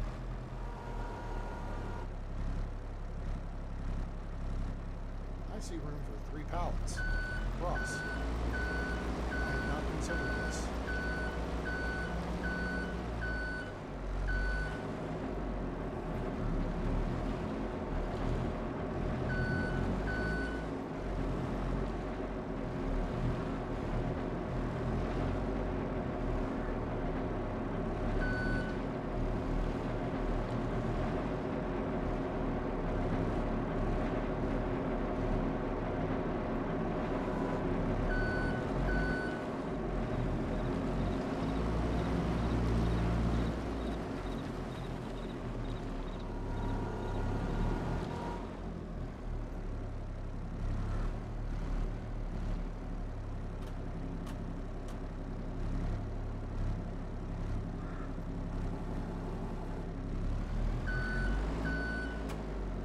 That looks legit.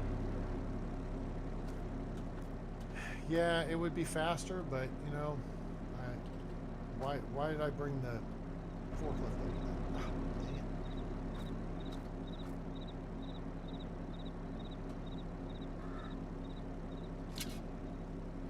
Right. Okay, here's something. Let's do this. Let's bebop over here. Why don't you watch that? I need to get some water. I'm dying over here. I'm afraid that dehydration is the devil. So I need to get some high quality H2O, and then I will be right back. So please stand by.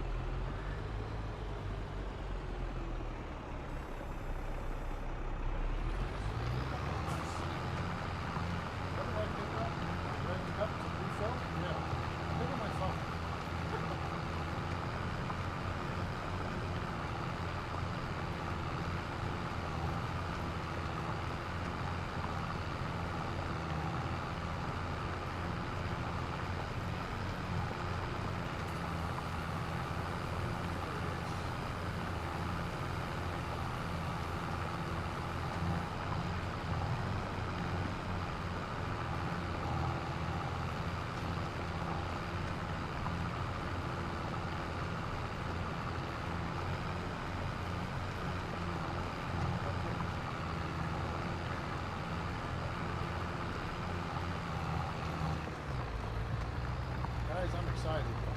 It's 76 degrees in my apartment. It's 8:42 and the AC is not running non-stop. So my installation project, after 3 years of complaining about it, and it's 90 degrees outside, may have finally gotten done. It may work. It makes me very happy. And really, the idiots running this place, it took them a lot of, me trying to break out the crayons, except the Marines ate them most of the time, and draw them a picture.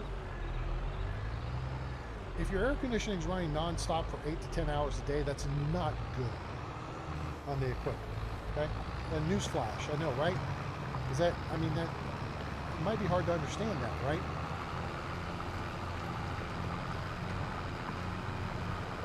So if you put in insulation, which costs a few $100, but it saves your air conditioning equipment, which can cost a few $100 to a few $1,000, and your tenant doesn't have to pay as much in electric bills, it's kind of a win-win for everybody, right?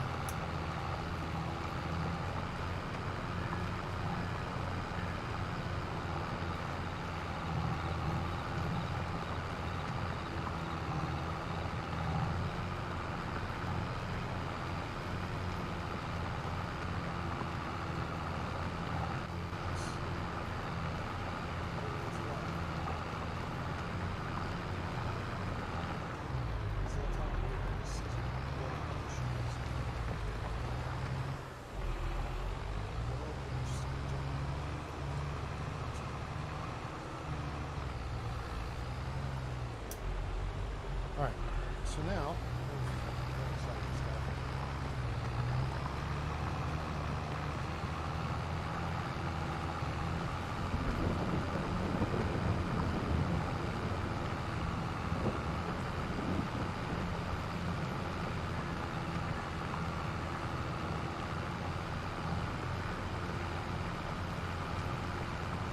let's kick it back over here to this exciting operation. Get back to the loading. Put some back to operation for some sugar on this.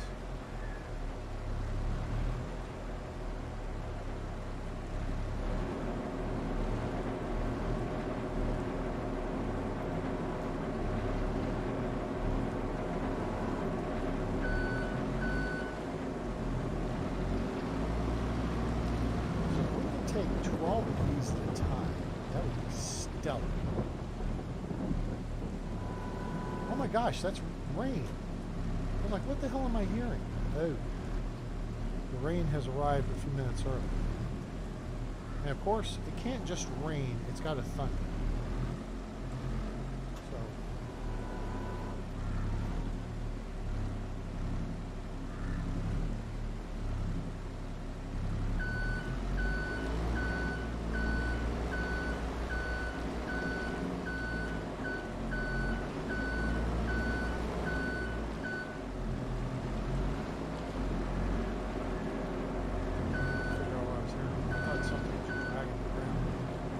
the sun's out and it's raining. It's like in March, in Michigan.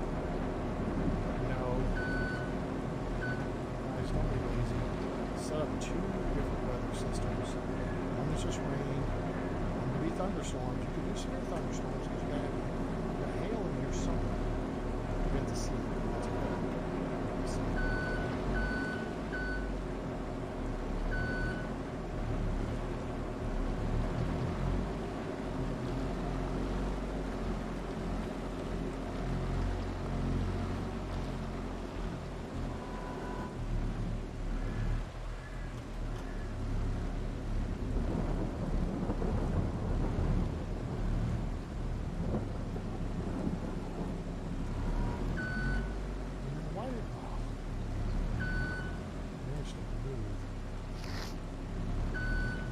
It's kind of okay. It's kind of not, but it kind of is.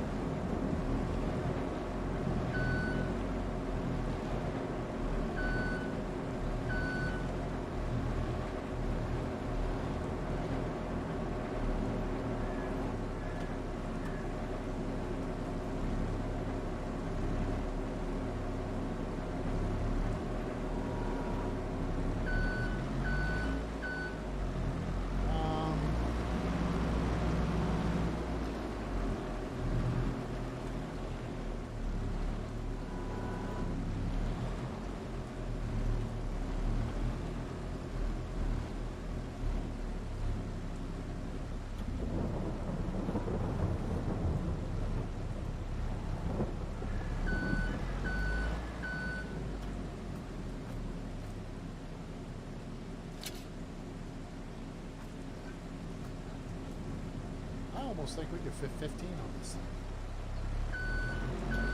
Pretty cool. Should we get the upper ones first or get the upper ones?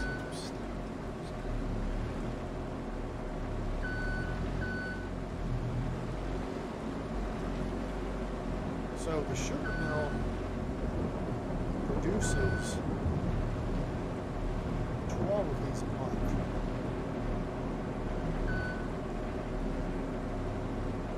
12 pallets, 12 tons.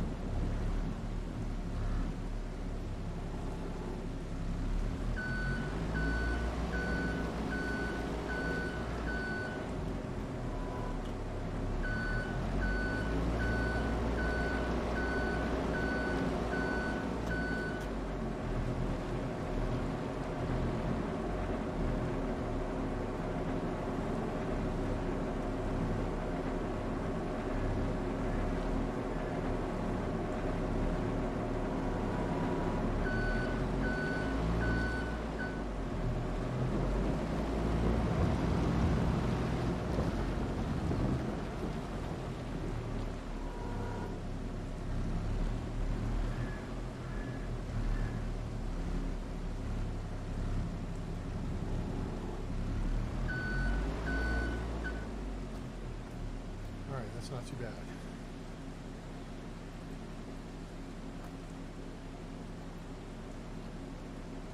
Here.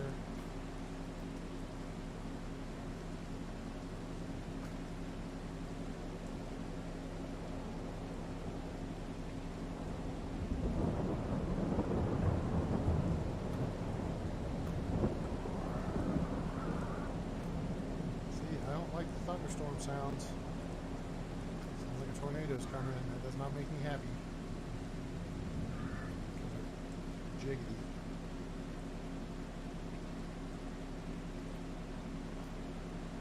You know what? I probably had this better off when I freaking had it on first.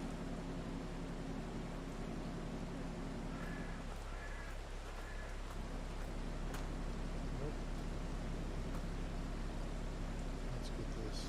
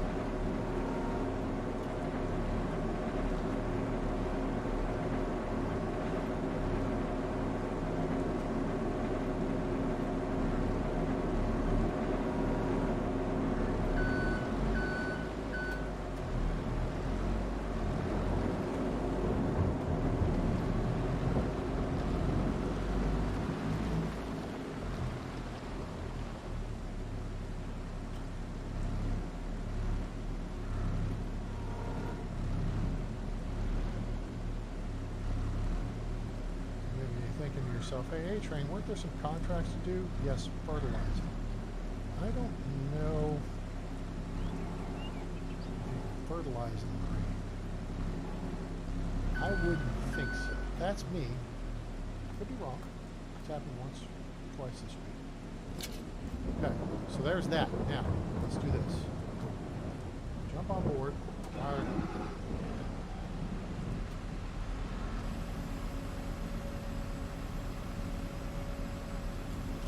Now, I don't know if that's how this tractor works in real life, but it would not, I mean this trailer, but it would not surprise me. Okay, so now.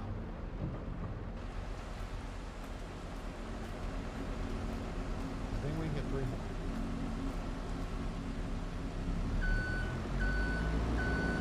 Alright, I just figured out an exception to a rule. Or not necessarily a rule, but production chains. I figured it out. I figured something out. We're going to make an exception because there's a real world exception in this part of the country. Brahms. Lee, do tell us what Brahms sells.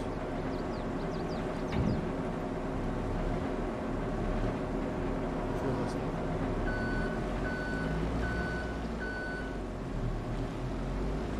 What does Brahms sell in their stores?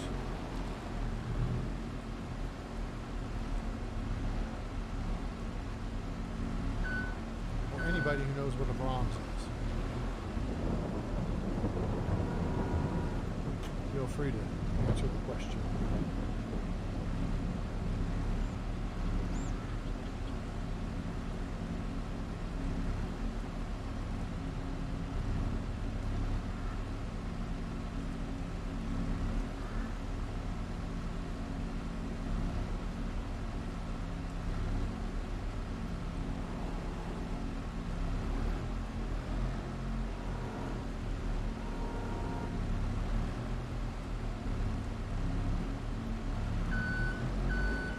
You know what? That's barely enough. That's not bad, actually.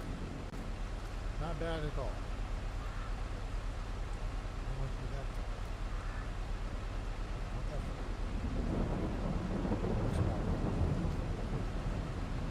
Yep, that looks good. Anybody? Glass? Bueller? Lee? Anyone want to tell A-Train what Brahms sells in their stores? If you don't know, just say you don't know. Tell us. I'm trying to get some audience participation.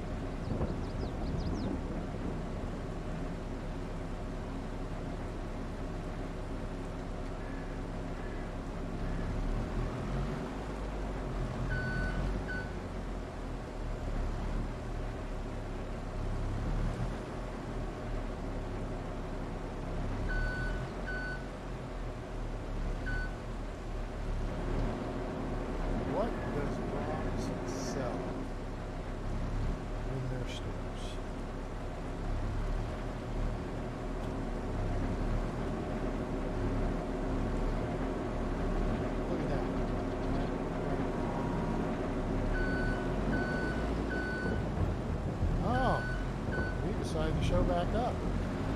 Keep skipping out the stream even when I'm asking questions for her.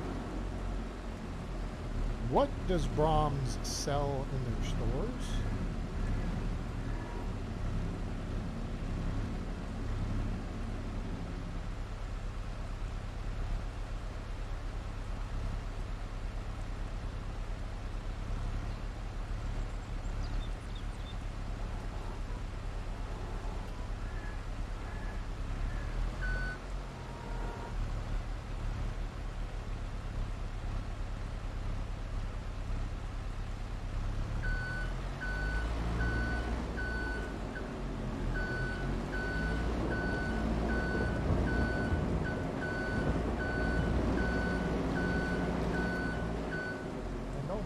I know you know the answer to this.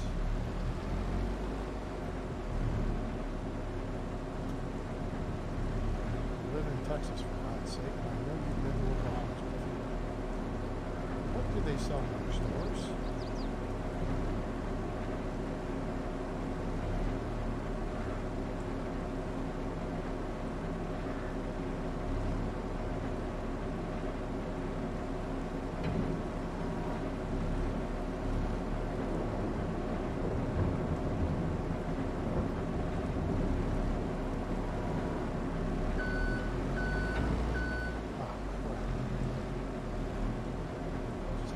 I might load it.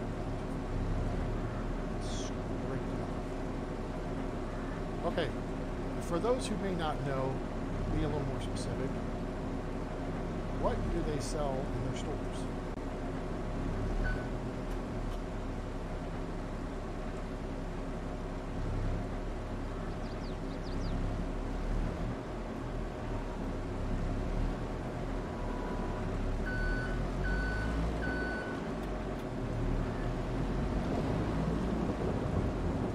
Okay, so they sell milk and ice cream, among other things, eggs as well, which are what kind of product?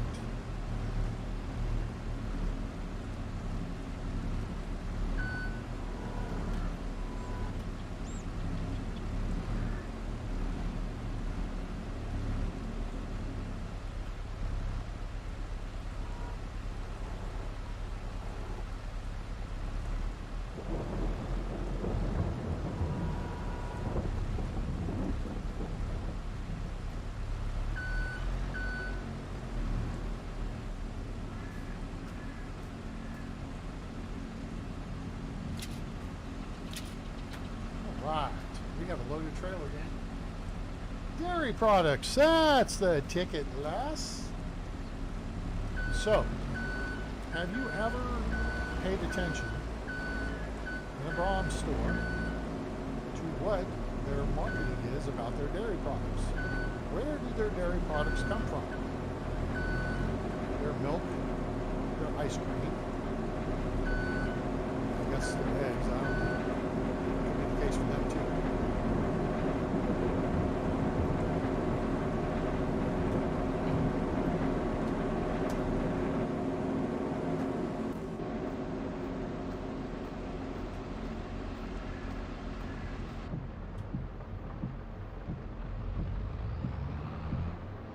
They sell dairy products.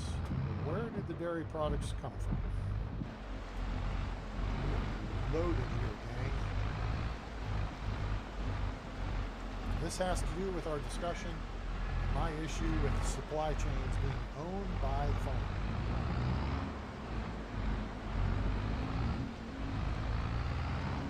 Apparently Lee does not know where Brahms dairy products come from. And that's okay. I happen to know.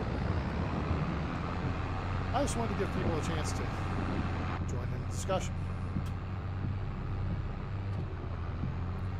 Brahms dairy products, ice cream, which comes from milk, they come from Brahms owned farms. They come from their own dairy cows. So now we have found a reason to own a supply chain based on a real life scenario. So we shall maintain ownership of the dairy, because I think Brahms is based out of Minnesota. Don't quote me on that, but I think that's where they are. You might GTS to confirm. But Brahms has their own dairy farms, and they sell the milk and ice creams, which are made from that milk, and I think maybe even butter. I don't know. I haven't been in the store lately. Usually I go through the drive-thru for a shaky shake. The point is, Brahms has dairy farms,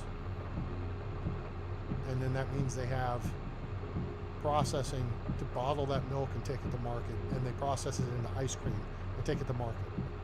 And they own the markets. So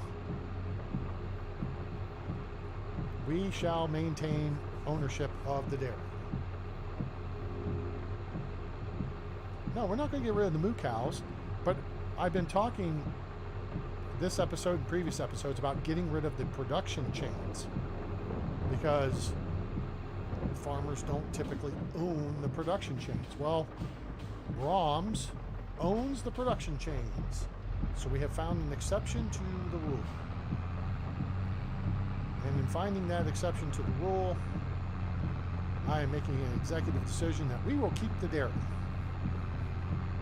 Instead of just selling milk to the dairy, we shall take that milk and make it into milk byproducts. We can sell the milk to the grocery store too. But that will be part of the family farms. But yeah, if you guys are curious about Brahms, look Brahms up, B-R-A-U-M-S. Well, B-R-A-U-M apostrophe S.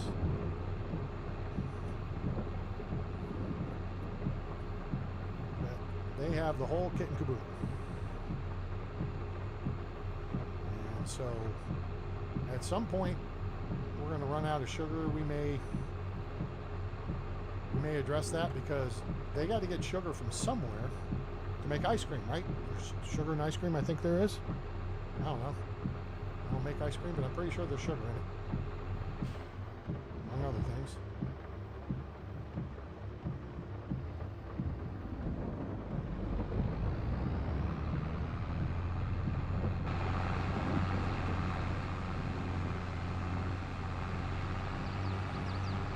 We hauled us a lot of sugar here, man. There's two things we're producing a lot of, is sugar and milk.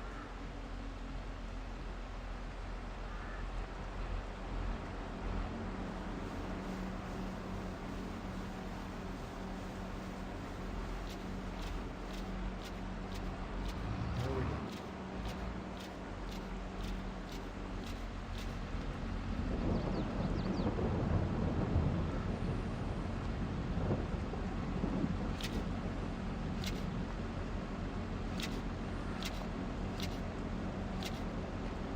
See here now, we have 28,000 liters of sugar and 21,000, almost 22,000 liters of milk. And if we go back to the farm and we pick up the milk trailer and bring it over, we'll basically have it even. So there you have it. It is legit. We have a real world situation. Now there may be others. Maybe you guys do some research. Maybe where you are, there's a fabric, clothing production where they literally have their own cotton fields or sheep farms, and they grow their own cotton and wool. So from a management standpoint, though, I really don't want to fart around with this. But I don't, because right now we have 4 production chains. And the thing about the wool, and so the spinnery and the tailor shop, is there's 2 steps to it, right? You gotta have the spinnery to turn the wool and the cotton into fabric. Then you gotta take the fabric to the tailor to be made in the clothing. And then you gotta take the clothing and sell that to grocery, right? Ain't nobody got no time for that, and from a farm perspective. Now, if I have milk from cows, I can go sell that milk, or I can take it to my dairy and combine it. I mean, we could just make cheese or butter, or just straight up sell the milk. We have 3 options there. So we can work any of those 3 options. If we run out, at some point we run out of sugar, if we want to make more chocolate or whatever, hey, that's fine. We buy sugar. Or we can, buy a sugar beet field and go through this process again. It's just there's a lot of bloody work in doing what we just did. So, no, we're not getting rid of the moo cows. We're going to expand the moo cow operation.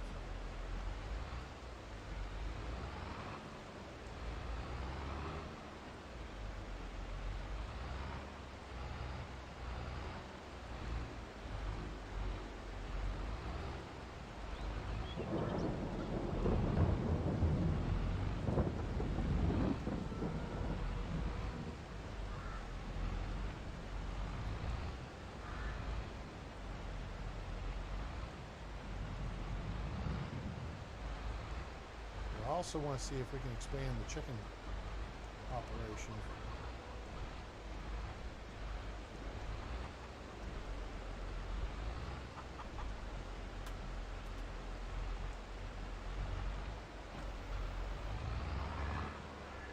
For too long,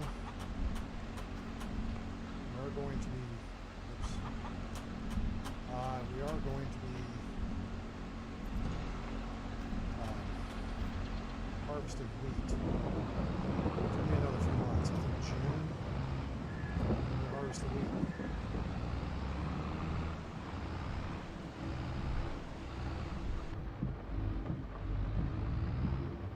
And then we'll be able to feed the chickens ourselves. And then we harvest the wheat, we harvest the canola over here in the field to the right. And in doing so, we're going to switch the two, so the wheat is in the smaller field and the canola is in the larger field.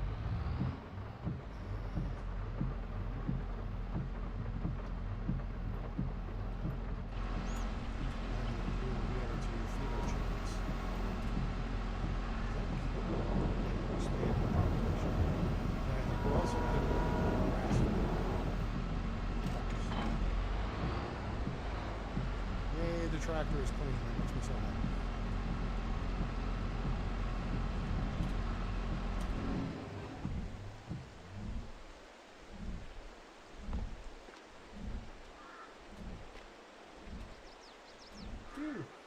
Okay. Now is our... Oh! We're getting along. She's getting along.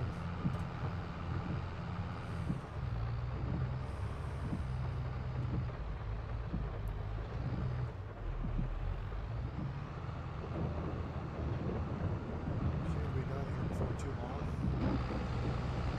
Anybody have any other thoughts on the production drawings?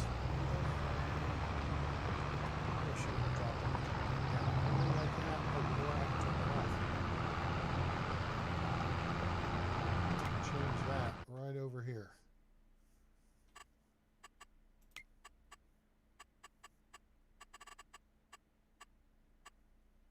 Lower tools late.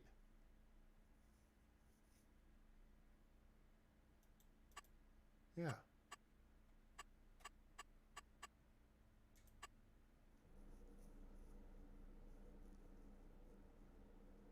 Now, that's fine. Okay. Now, so that all said,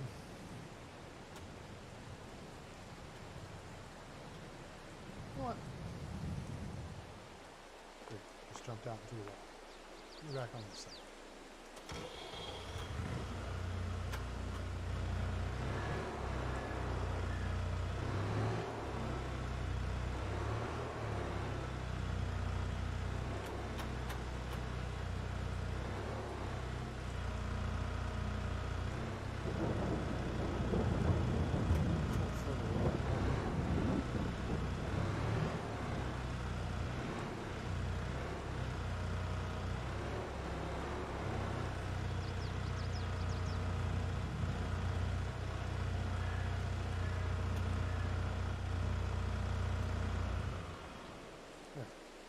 Without jumping out in the wall. Alright. Run, run, run, run, run. Don't want to get wet. Alright. So, oh, we have milk. Go get milk.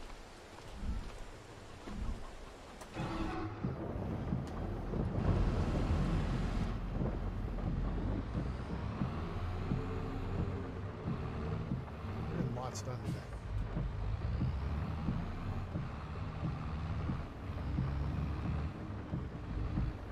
They need to throw the sheep some food. It turns out this pad of concrete now is irrelevant because we can mix. We can do hay stuff and we don't have to eject it on the ground with the new trailer we have. So, buy a new piece of kit in case you guys missed it. And the new trailer, we just throw some hay bales and straw bales into it. And it will shoot them up and spit them out wherever we want. So that works out nicely. Hooray and huzzah. It's a twofer. It does the TMR mixing, and it does the straw.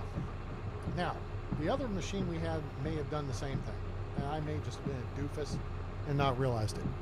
But the machine we have now does it double, has double the capacity. Actually, wait, does it have triple?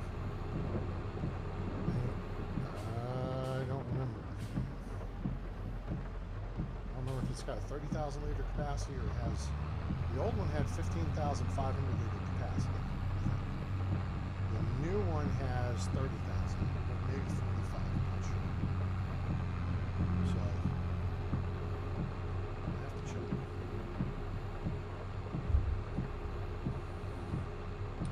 I have to check. So, don't anticipate a video tomorrow night. Again, I have pool league. I don't know if I'm going to play, but I feel like I should because I am the captain.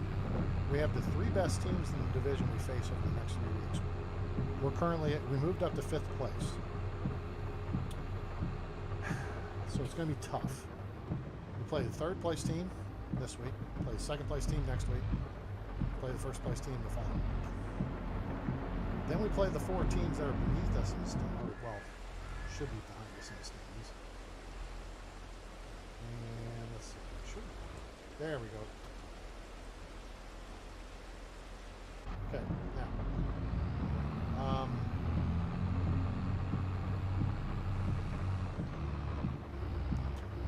But I feel like I have to play some. I really was trying to get a break.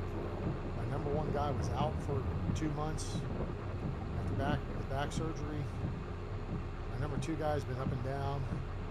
My number 3 guy's been up and down and gone a couple times. He was gone last week. And I haven't had the best of the season, although I've won 2 of my last 3 matches, I should say. So, I don't know. I may play tomorrow and then take the following 2 weeks where I say, okay guys, y'all are better than me, show us. Even though I haven't been practicing as much, I feel like I've all of a sudden mentally, some of the concepts and stuff I've been practicing and studying for months have started coming together and resulting in an improvement in my game. I felt like I kind of, you know when you work on something really hard to learn it, and then it's kind of like, okay, I'm at a plateau here, and then it's just like a little something, boom, takes you to the next level. I feel like that's where I'm at. But at the same time, I'm also kind of burned out. I was at one point between practice and league night, spending 20 to 30 hours a week on the pool. Plus, on top of that, I would watch 5, 10, 15 hours of videos on the pool, like professionals playing matches, and some tutorial videos and stuff. Really, like what I like doing is watching the pros and the best in the world play and commentating on their matches with what I know. And I know a lot more than I can do. Knowing and doing are 2 entirely different things.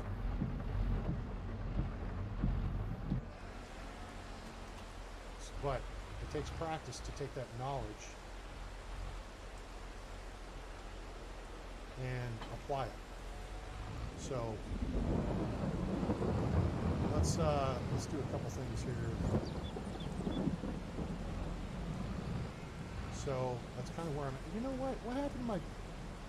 What happened over there, people? Our silage bales are in a mess right now.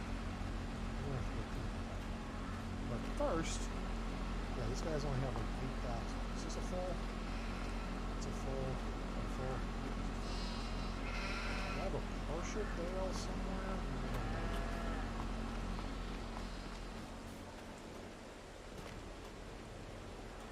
That's full. That's full. That's full. This one. Step over here and watch. It's going to disappear. Want to see how it's down to 63.22? Alright. And now they have 12,500 food. Now, see how the animals are showing 90% health? There we go. Alright, now their food's full.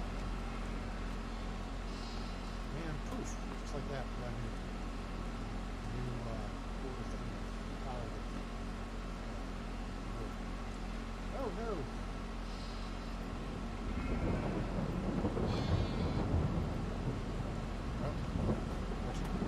Alright, let's see if we can straighten this mess up.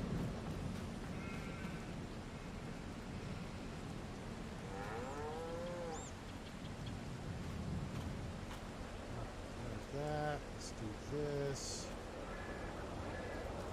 This. That. Maybe that.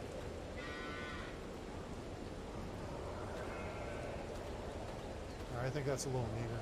Not necessarily much neater, but it's somewhat neater. Okay, so yeah, I'm thinking. Trying to, as the leader of the team. Oh man, what happened here? Jeez Louise, I tripped over. That's why. As the leader of the team, I feel like I've got to lead, but I also recognize the fact that I am basically the lowest skilled player on the team of the forwards, right? So, in saying that. Well, it's not about my ego, it's about recognizing my limitations. I can beat the number 3 guy. He and I are pretty closely matched, but at the same time, he can probably beat me more often than I beat him. I'll show you guys that piece of kit. This is not a piece of kit.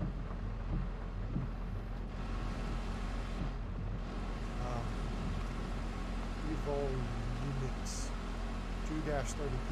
Yeah, I think this will hold 30,000 meters. So we can basically put in 2 of those. Nope, chainsaw, no. Put in basically like 2 of these almost, and then put in the mineral stuff. But so I want all my guys to play. But at the same time, I need to play as well. I feel like I got to lead from the front. But also accept the fact that I am, like I said, I'm not the best player on the team. Is that better? Does that sound better? I'm not that far, actually not that far away from the mic. I'm only like 2 inches in front of it. So, yeah. So I feel like my best opportunity for success, this team we play tomorrow night, is a team I've had success with. Against, I should say. And so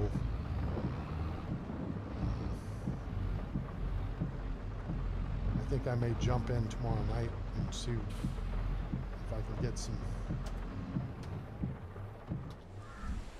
more success against this team.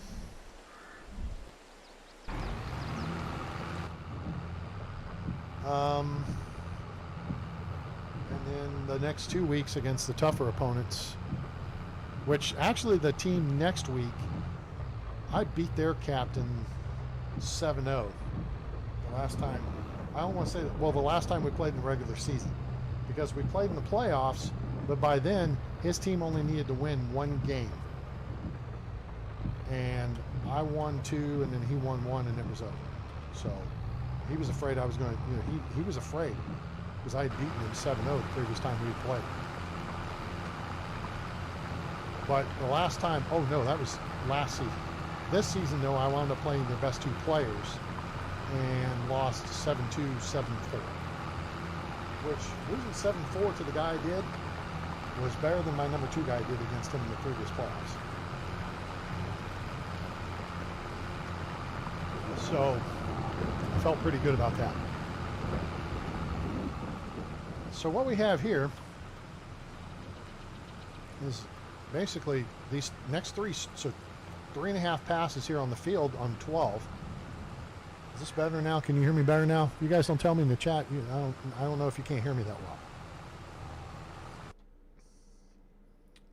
Maybe I have the game audio too loud, or maybe I need to bump my microphone up more like that. Maybe that helps. I just don't want to overmodulate. And there I feel like I'm overmodulating. There, maybe that's good. Let's do that. And if I need to just turn the game audio down a little bit, that might work better. So, well, see, guys, you got to tell me this in the chat so I can see it. Let me know. I can make adjustments. Sometimes, I don't know, I'm kind of tired. It's been kind of a stressful few days and haven't slept well and kind of tired. No excuse, but kind of am, and don't necessarily put all the hip-hop hooray into things. And now we've done a 2.5 hour stream. Ugh. Well, we've gotten a lot done. So what I'm going to do is we're going to finish out plowing this field. And then the rain's supposed to stop in a couple hours. I think we can go ahead and seed. You just don't want to harvest. I don't think you want to spray when it's raining either.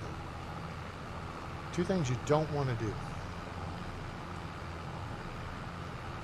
But let me show you guys while we're kind of looking at it.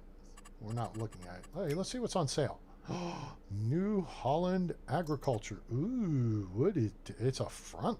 Oh no, wait. This is a front loader. Yeah, this is a front loader. It's not a skid steer. Skid steer has tracks, but this is a front loader. That's pretty cool. And that's on sale. Top speed's only 11 miles an hour. New Holland Super Boom, but it is New Holland. Was it? We have options on the tires? Not really. Nope.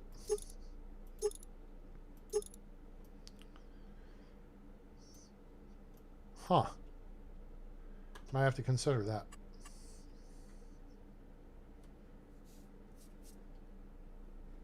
So yeah, so there probably won't be a video tomorrow night. Friday night, hoping we'll do one. Let me show you the tractor I'm looking at. Let me get my notebook over here. And turn back. So yeah, I've got how to change tractor tires /mod FS22.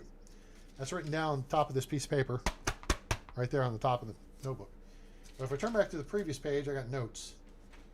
My notes say Case Magnum AFS connection. There's Massey, Valtra, Case Magnum AF. Oh, Connect series. Oh, wait. I don't know which one it is. Crap.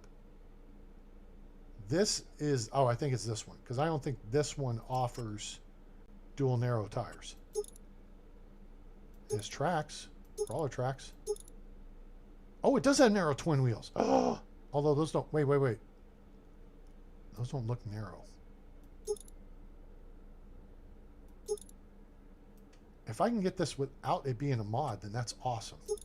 But see, this will go 435 horsepower. Although, yeah, then it's power shift as opposed to CVT. I don't think we need the 400 horsepower variant. Because this thing's $320,000. We'd have to sell our big dog, which I'm not necessarily, I don't object to, because look at that. 3-point attacher on the front. Yep, that's what we want. Narrow twin wheel. Can we get this with Michelin narrow twins? I don't think so. Nope. What about Continental?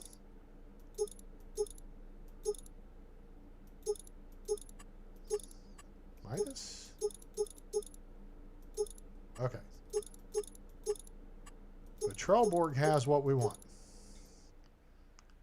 Narrow twin wheels. Hooray and huzzah. GPS. We get a license plate on it. That's the tractor we're looking at. I think we're going to have to trade the big dog to get this, because we don't have the money. Either that or we got to get a loan. But what the hell's in my notebook? Schmutz. Okay. But that's... this is the wheel configuration I want on the New Holland tractors. Right there. That's the way it ought to be. I need someone who can... I mean, I guess, follow the stinking video. I don't know if I can figure it out. Maybe. But I would love to get this... Wait a minute. Hold on. Okay. So here, I'm going to actually walk you through the process. Let's walk through this. So let's say I do want to keep the T8 tractor. Okay? So this is the AFS Connect series. All right. No, give me the notebook. All right, here we go, gang. You guys are we're going to learn together here. Where's my pen? Where's my pen? Oh, there's my pen. Okay. These tires are 480, 80. So what you need is a prototype that's in the game. So 480, 80, which is the wheel size. R50. Now that's the rear. And then there's the front. Now let's get the front tires. And you guys, if you're young and you don't have a car yet, or maybe you just don't know about this, this is what you read on your tires when you're ordering new tires. And what it is this is the basically from this edge of the wheel all the way over top to this edge of the wheel in centimeters is millimeters. 460 millimeters. 85 millimeters is the width of the wheel. No, it's not. Clearly it's not. Unless that's a... Nope. No, 85 is like the sidewall height. 34 is the diameter of the wheel. But that may be in inches. I don't know. I don't have this memorized, but that's kind of how this works. Okay, so front tires we want are 460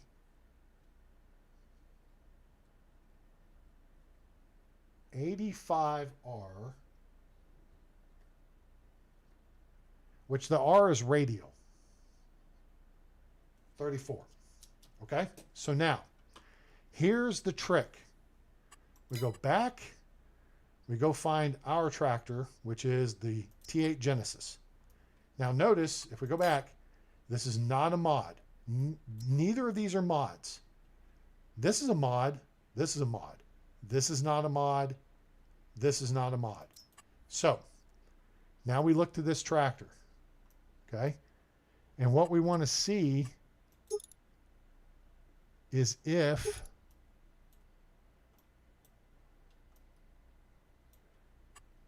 what brand were we looking at? Trelleborg?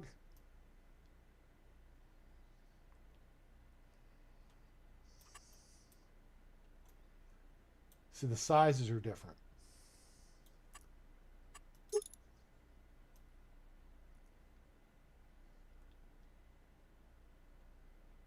Okay. So I'm not entirely sure this would work. Let's just look at the narrow. Oh shoot, they don't offer narrow wheels. on these. Wait, what? Oh, these are the wide tires. That's the 900. So standard tires are 700. So they don't offer narrow wheels on this tractor.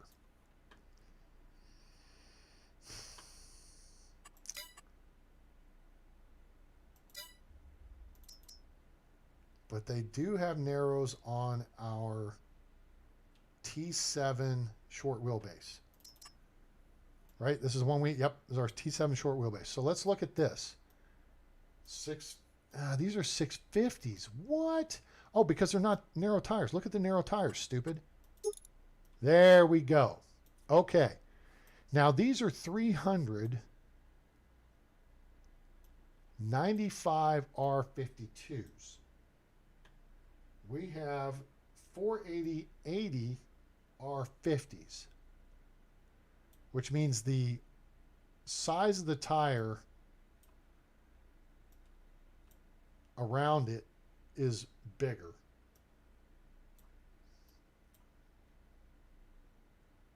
The sidewall's higher on these as opposed to 80. Now, the R52 is close because these are R50s.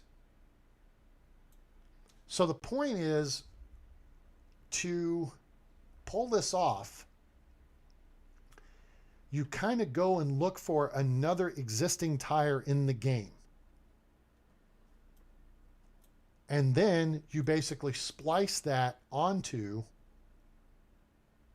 the tractor you want to modify. But it helps to know if it's going to work if you get something in the similar size class. Right? Am I making sense here? Like this 270/95, we were looking at on the other one was 460/85. And so the R34, these are R38s, which means the wheel size is slightly bigger here and here, but not much. This is a 38 versus the 34 on the other one. This is a 52 versus a 50 on the other one. So the question would be, could we take those tires and put them on these tractors? And then we have to space them. Because see, these don't even look like they're lined up correctly. See how this is here and this is here? The center of the hubs are not aligned correctly, which means they need to do a vertical alignment on the, I guess that would be on the Z-axis. They need to move the tires up, which would lower the vehicle just slightly, and then that would align that better. Now this up here looks pretty good. But that's how that works in terms of the game and everything.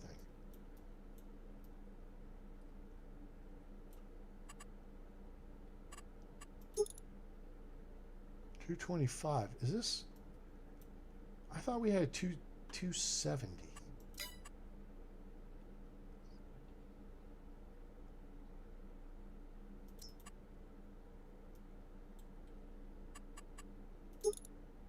This is the 270. Okay. And see, these have really big tires. And then you can change the wheel color too. But there's a bunch of steps to the process. And I guess I'm just going to have to, some weekend or something, sometime I can take several hours and just check my way through the process. Because I really want double wide tires. See, these are misaligned too. They're close. Real close. I'm just looking at the alignment up here versus the alignment down here. Because I want to make sure these look right. And these look right. The struts and supports. Now you put the wide tires on them, maybe a different story. These look misaligned. Again, only slightly. Actually, they're not touching. Busted! Although I think this is a mod. Yep, this is a mod. So the mod maker just, there's a little detail stuff there they didn't quite get. It's close. But, yeah. I like the ones with the sunroof.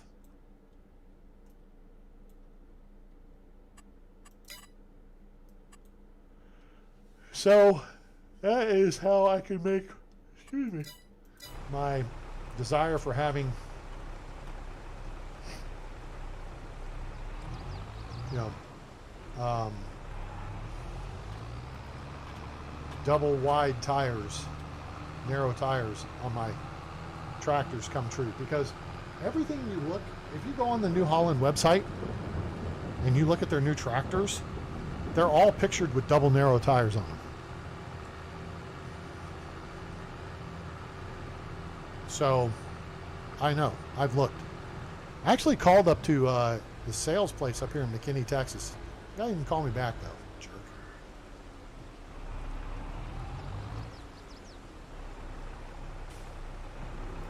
Not that I mean, clearly I was just calling him for information, but I guess he figured I wasn't worth a call back. And it's like, yeah, you know what, this guy's not buying anything from me.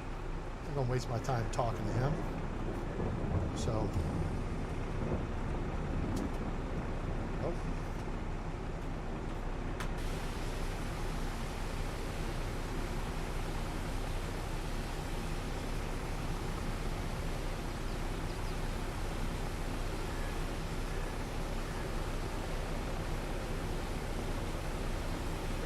Yeah, I did that little poll thing, and you guys said, you know what?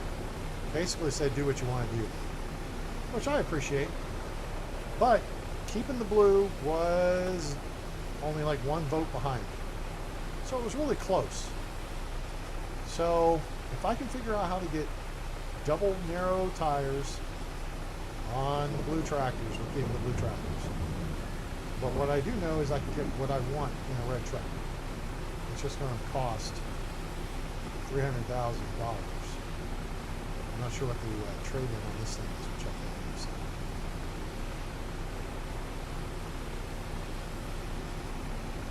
I know, I just kind of broke one of my little cardinal rules. I didn't totally break it. There, see? I didn't take the hose all the way around. Maybe most of the way.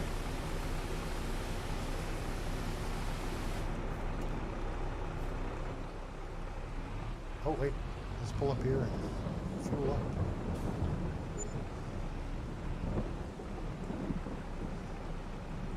You gotta sit still, you can't move while you're fueling. It messes things up.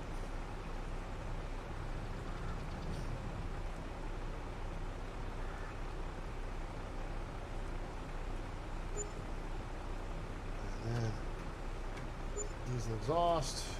Okay, now let's take this over here and drop off the plow, the kaplow.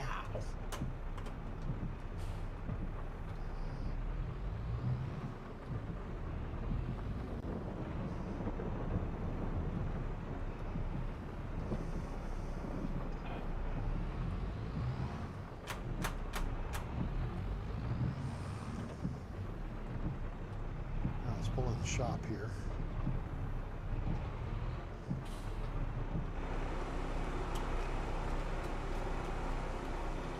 Let's maintenance this thing up.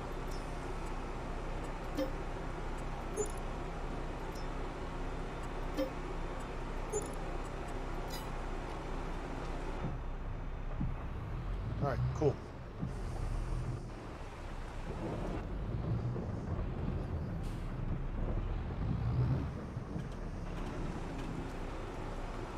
Now, we're not going to need that planter yet until we do soybeans. We're going to do soybeans in rows. Okay, now we're all fueled up, we're all fixed up. The only thing we could do is drive over to the the actual shop, and get the paint touched up, but that would cost a bunch of money, so we're not going to do that. But what we are going to do is check the trade-in value on this thing.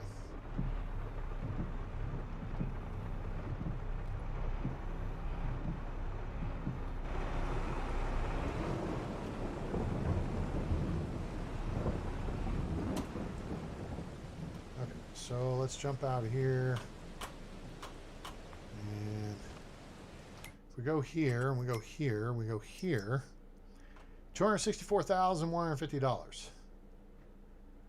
And the tractor, the case AFS, I've got that written down with all the 420, but that's with full horsepower. So I don't necessarily need it at full horsepower. Case AFS, American design, wheel setup.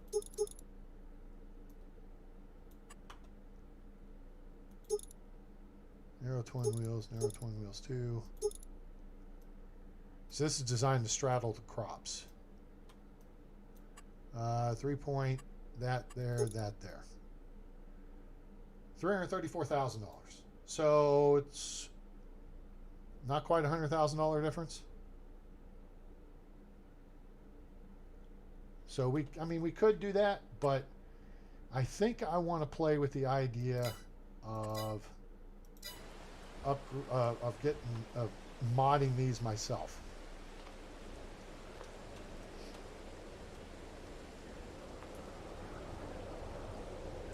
Yeah, because these would just look bad having dual narrow tires on them.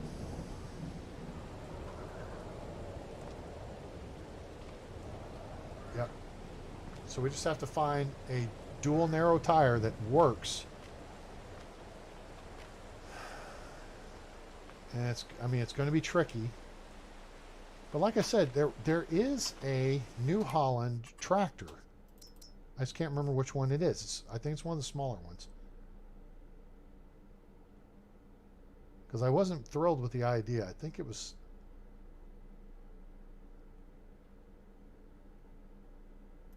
I thought it was this TS series.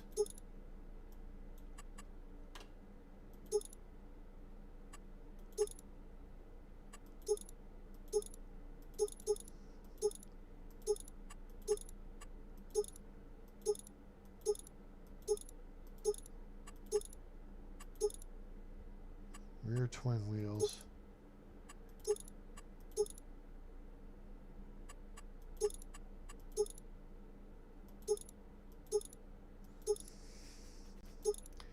Scratching my head. I know I saw one and I can't remember where. Oh, you know something? I think I may have ditched that mod altogether because it wasn't what I expected. So those are not narrow tires right there. They look narrow, but they're not true narrow tires.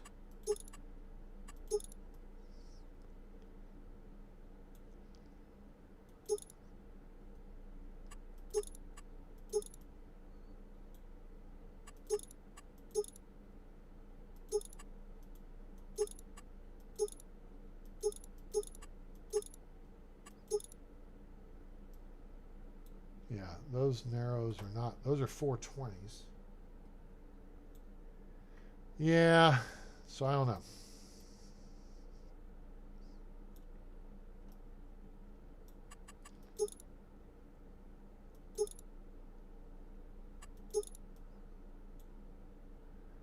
I don't know.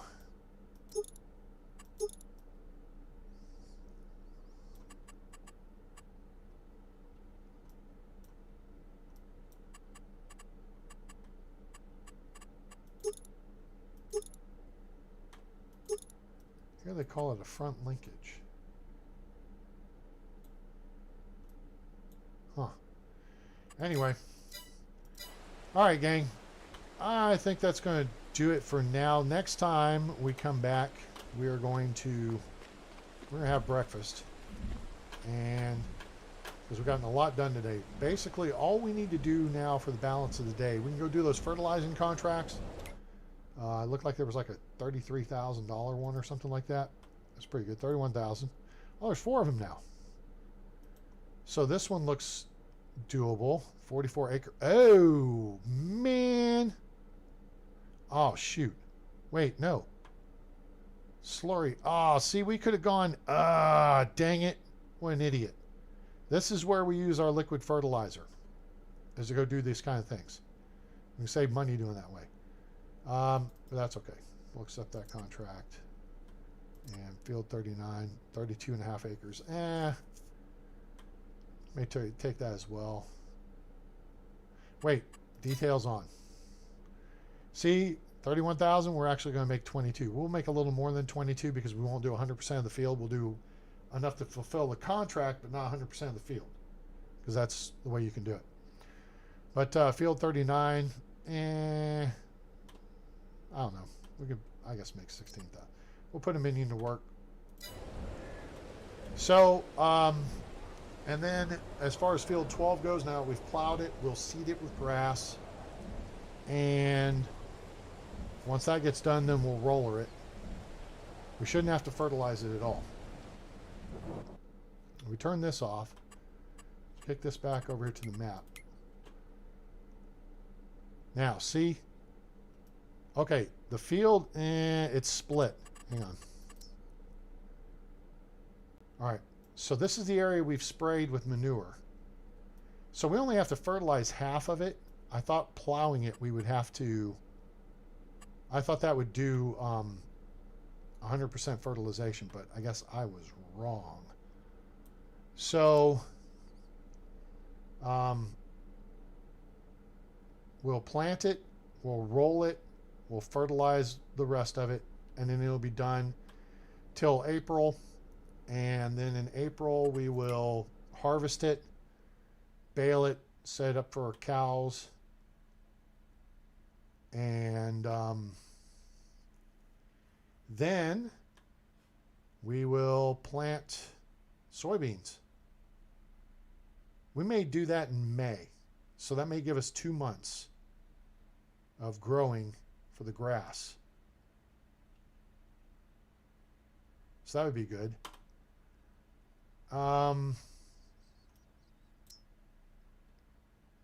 Yeah. Oh, wait a minute. Something occurred to me too. I don't know if it's going to matter.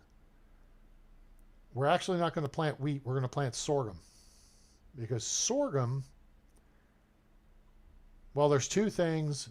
One of them is I think it actually sells better. Because making bread out of sorghum is more productive.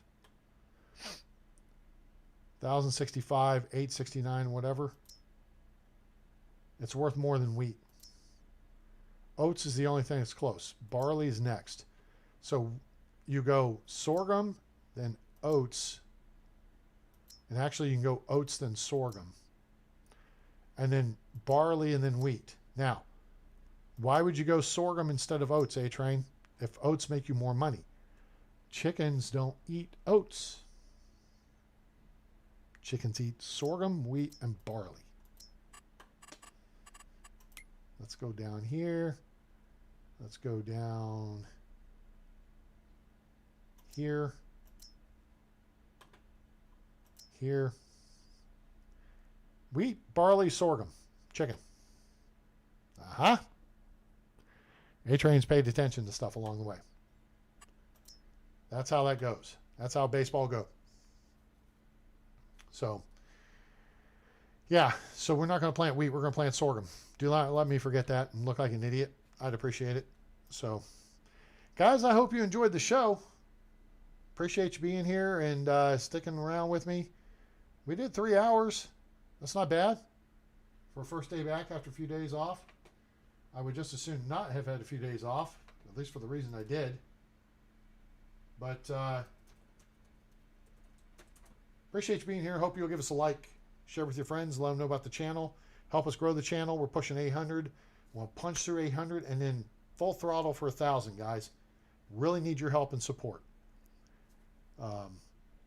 I've had a lot of people say, hey, A-Train, how come I don't know why you don't have a lot more subscribers. I don't know. I don't know what to do. You guys tell me what to do. You want to see more of this? You want to see more of that? More of the other? Okay? Here's how you can do that. Link in the description below for my Discord. Or we can hit this and hit this.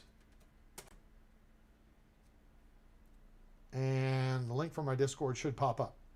There it is, Nightbot. Bammo.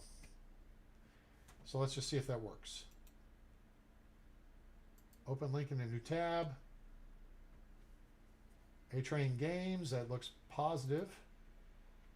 There you go. Accept invite. There you go. All right. So if you guys want to join me on Discord, click on that link. Become part of the A-Team. You can see my Steam library, Tower 3D Pro library. You can make game requests. Discuss this in other games. All right. So good stuff like that. So feedback is key. I need to know what I can do better. You know, should I do shorter videos? Should I do edited videos? Should I just live stream once a week and then, you know, do like edited videos on a schedule like 2, 3, 4 times a week or something like that? If you guys want to send me links to your farms, if you want my input, you want my assistance, let me know. I've had people ask me for help on like on Sim Airport. More than happy to help. All right, I was trying to help somebody who was new to Farming Simulator 22 that were frustrated as all get out the other day. You know, they had questions about this, that, and the other. I'm like, all right, be happy to help you. You know, ask me and, you know, we'll walk you through it. Would you guys like to see me do a how-to Farming Simulator 22 guide? I know a lot of the stuff out there for new people to the game is like 5, 6 months old now. And there's been some changes. And, you know, I kind of have a little different teaching style than everyone else. I mean, I really get into the nuts and bolts, not only of here's how, but here's why the game does what the game does. Because then I feel like you can maximize your playability. If you understand how to work with the game mechanic, you may not get frustrated with things that, you know, it's like, oh, well, why won't the game do this? Well, the game doesn't do that. It'll do this, so do that. And then it makes it a lot easier. So it's easier to work within the rule set than it is to try to fight against the rule set. So, but yeah, your questions, comments, you know, you want to share games, you want to share your channel, social media stuff, I just ask you, give me the same consideration.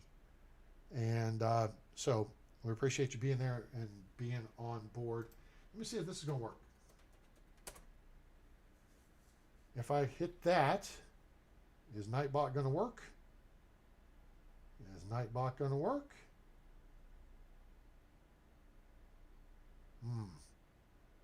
Well, it looks like Nightbot's going to work for that. Maybe it's capitalized. Is it capitalized? If you want to make a donation to help support my channel, there is a link in the description below for my PayPal account. And I greatly appreciate it. And we're pushing towards getting a webcam. So you can see my smiling face. This is my smiling face. That's my smiling face. When we do the videos. So, because I guess the cool kids like to see people's faces. I don't know. Maybe that'll get me more viewers. Hey, we can see this dude doing his thing. So, whatever. You guys tell me. But I appreciate your support. Appreciate you being here. Like, share, and subscribe. Join the A-Team. Help us punch through and head on to 1,000 subscribers. And look for it. Make sure to turn on that bell icon so you know when we go live or upload a video. And we'll see. I will probably not live stream tomorrow night unless I get done with pool early. But Friday evening, I think for sure we'll get some time in over the weekend. I'm planning on it. So, well, Blake shows up. Ryzen, we're about to log off. Blakey, what's going on, buddy? How are you? So, I hope you guys have a great day, night, evening, morning, wherever you are on planet Earth or beyond. I'm A-Train. It's over. And I'm out.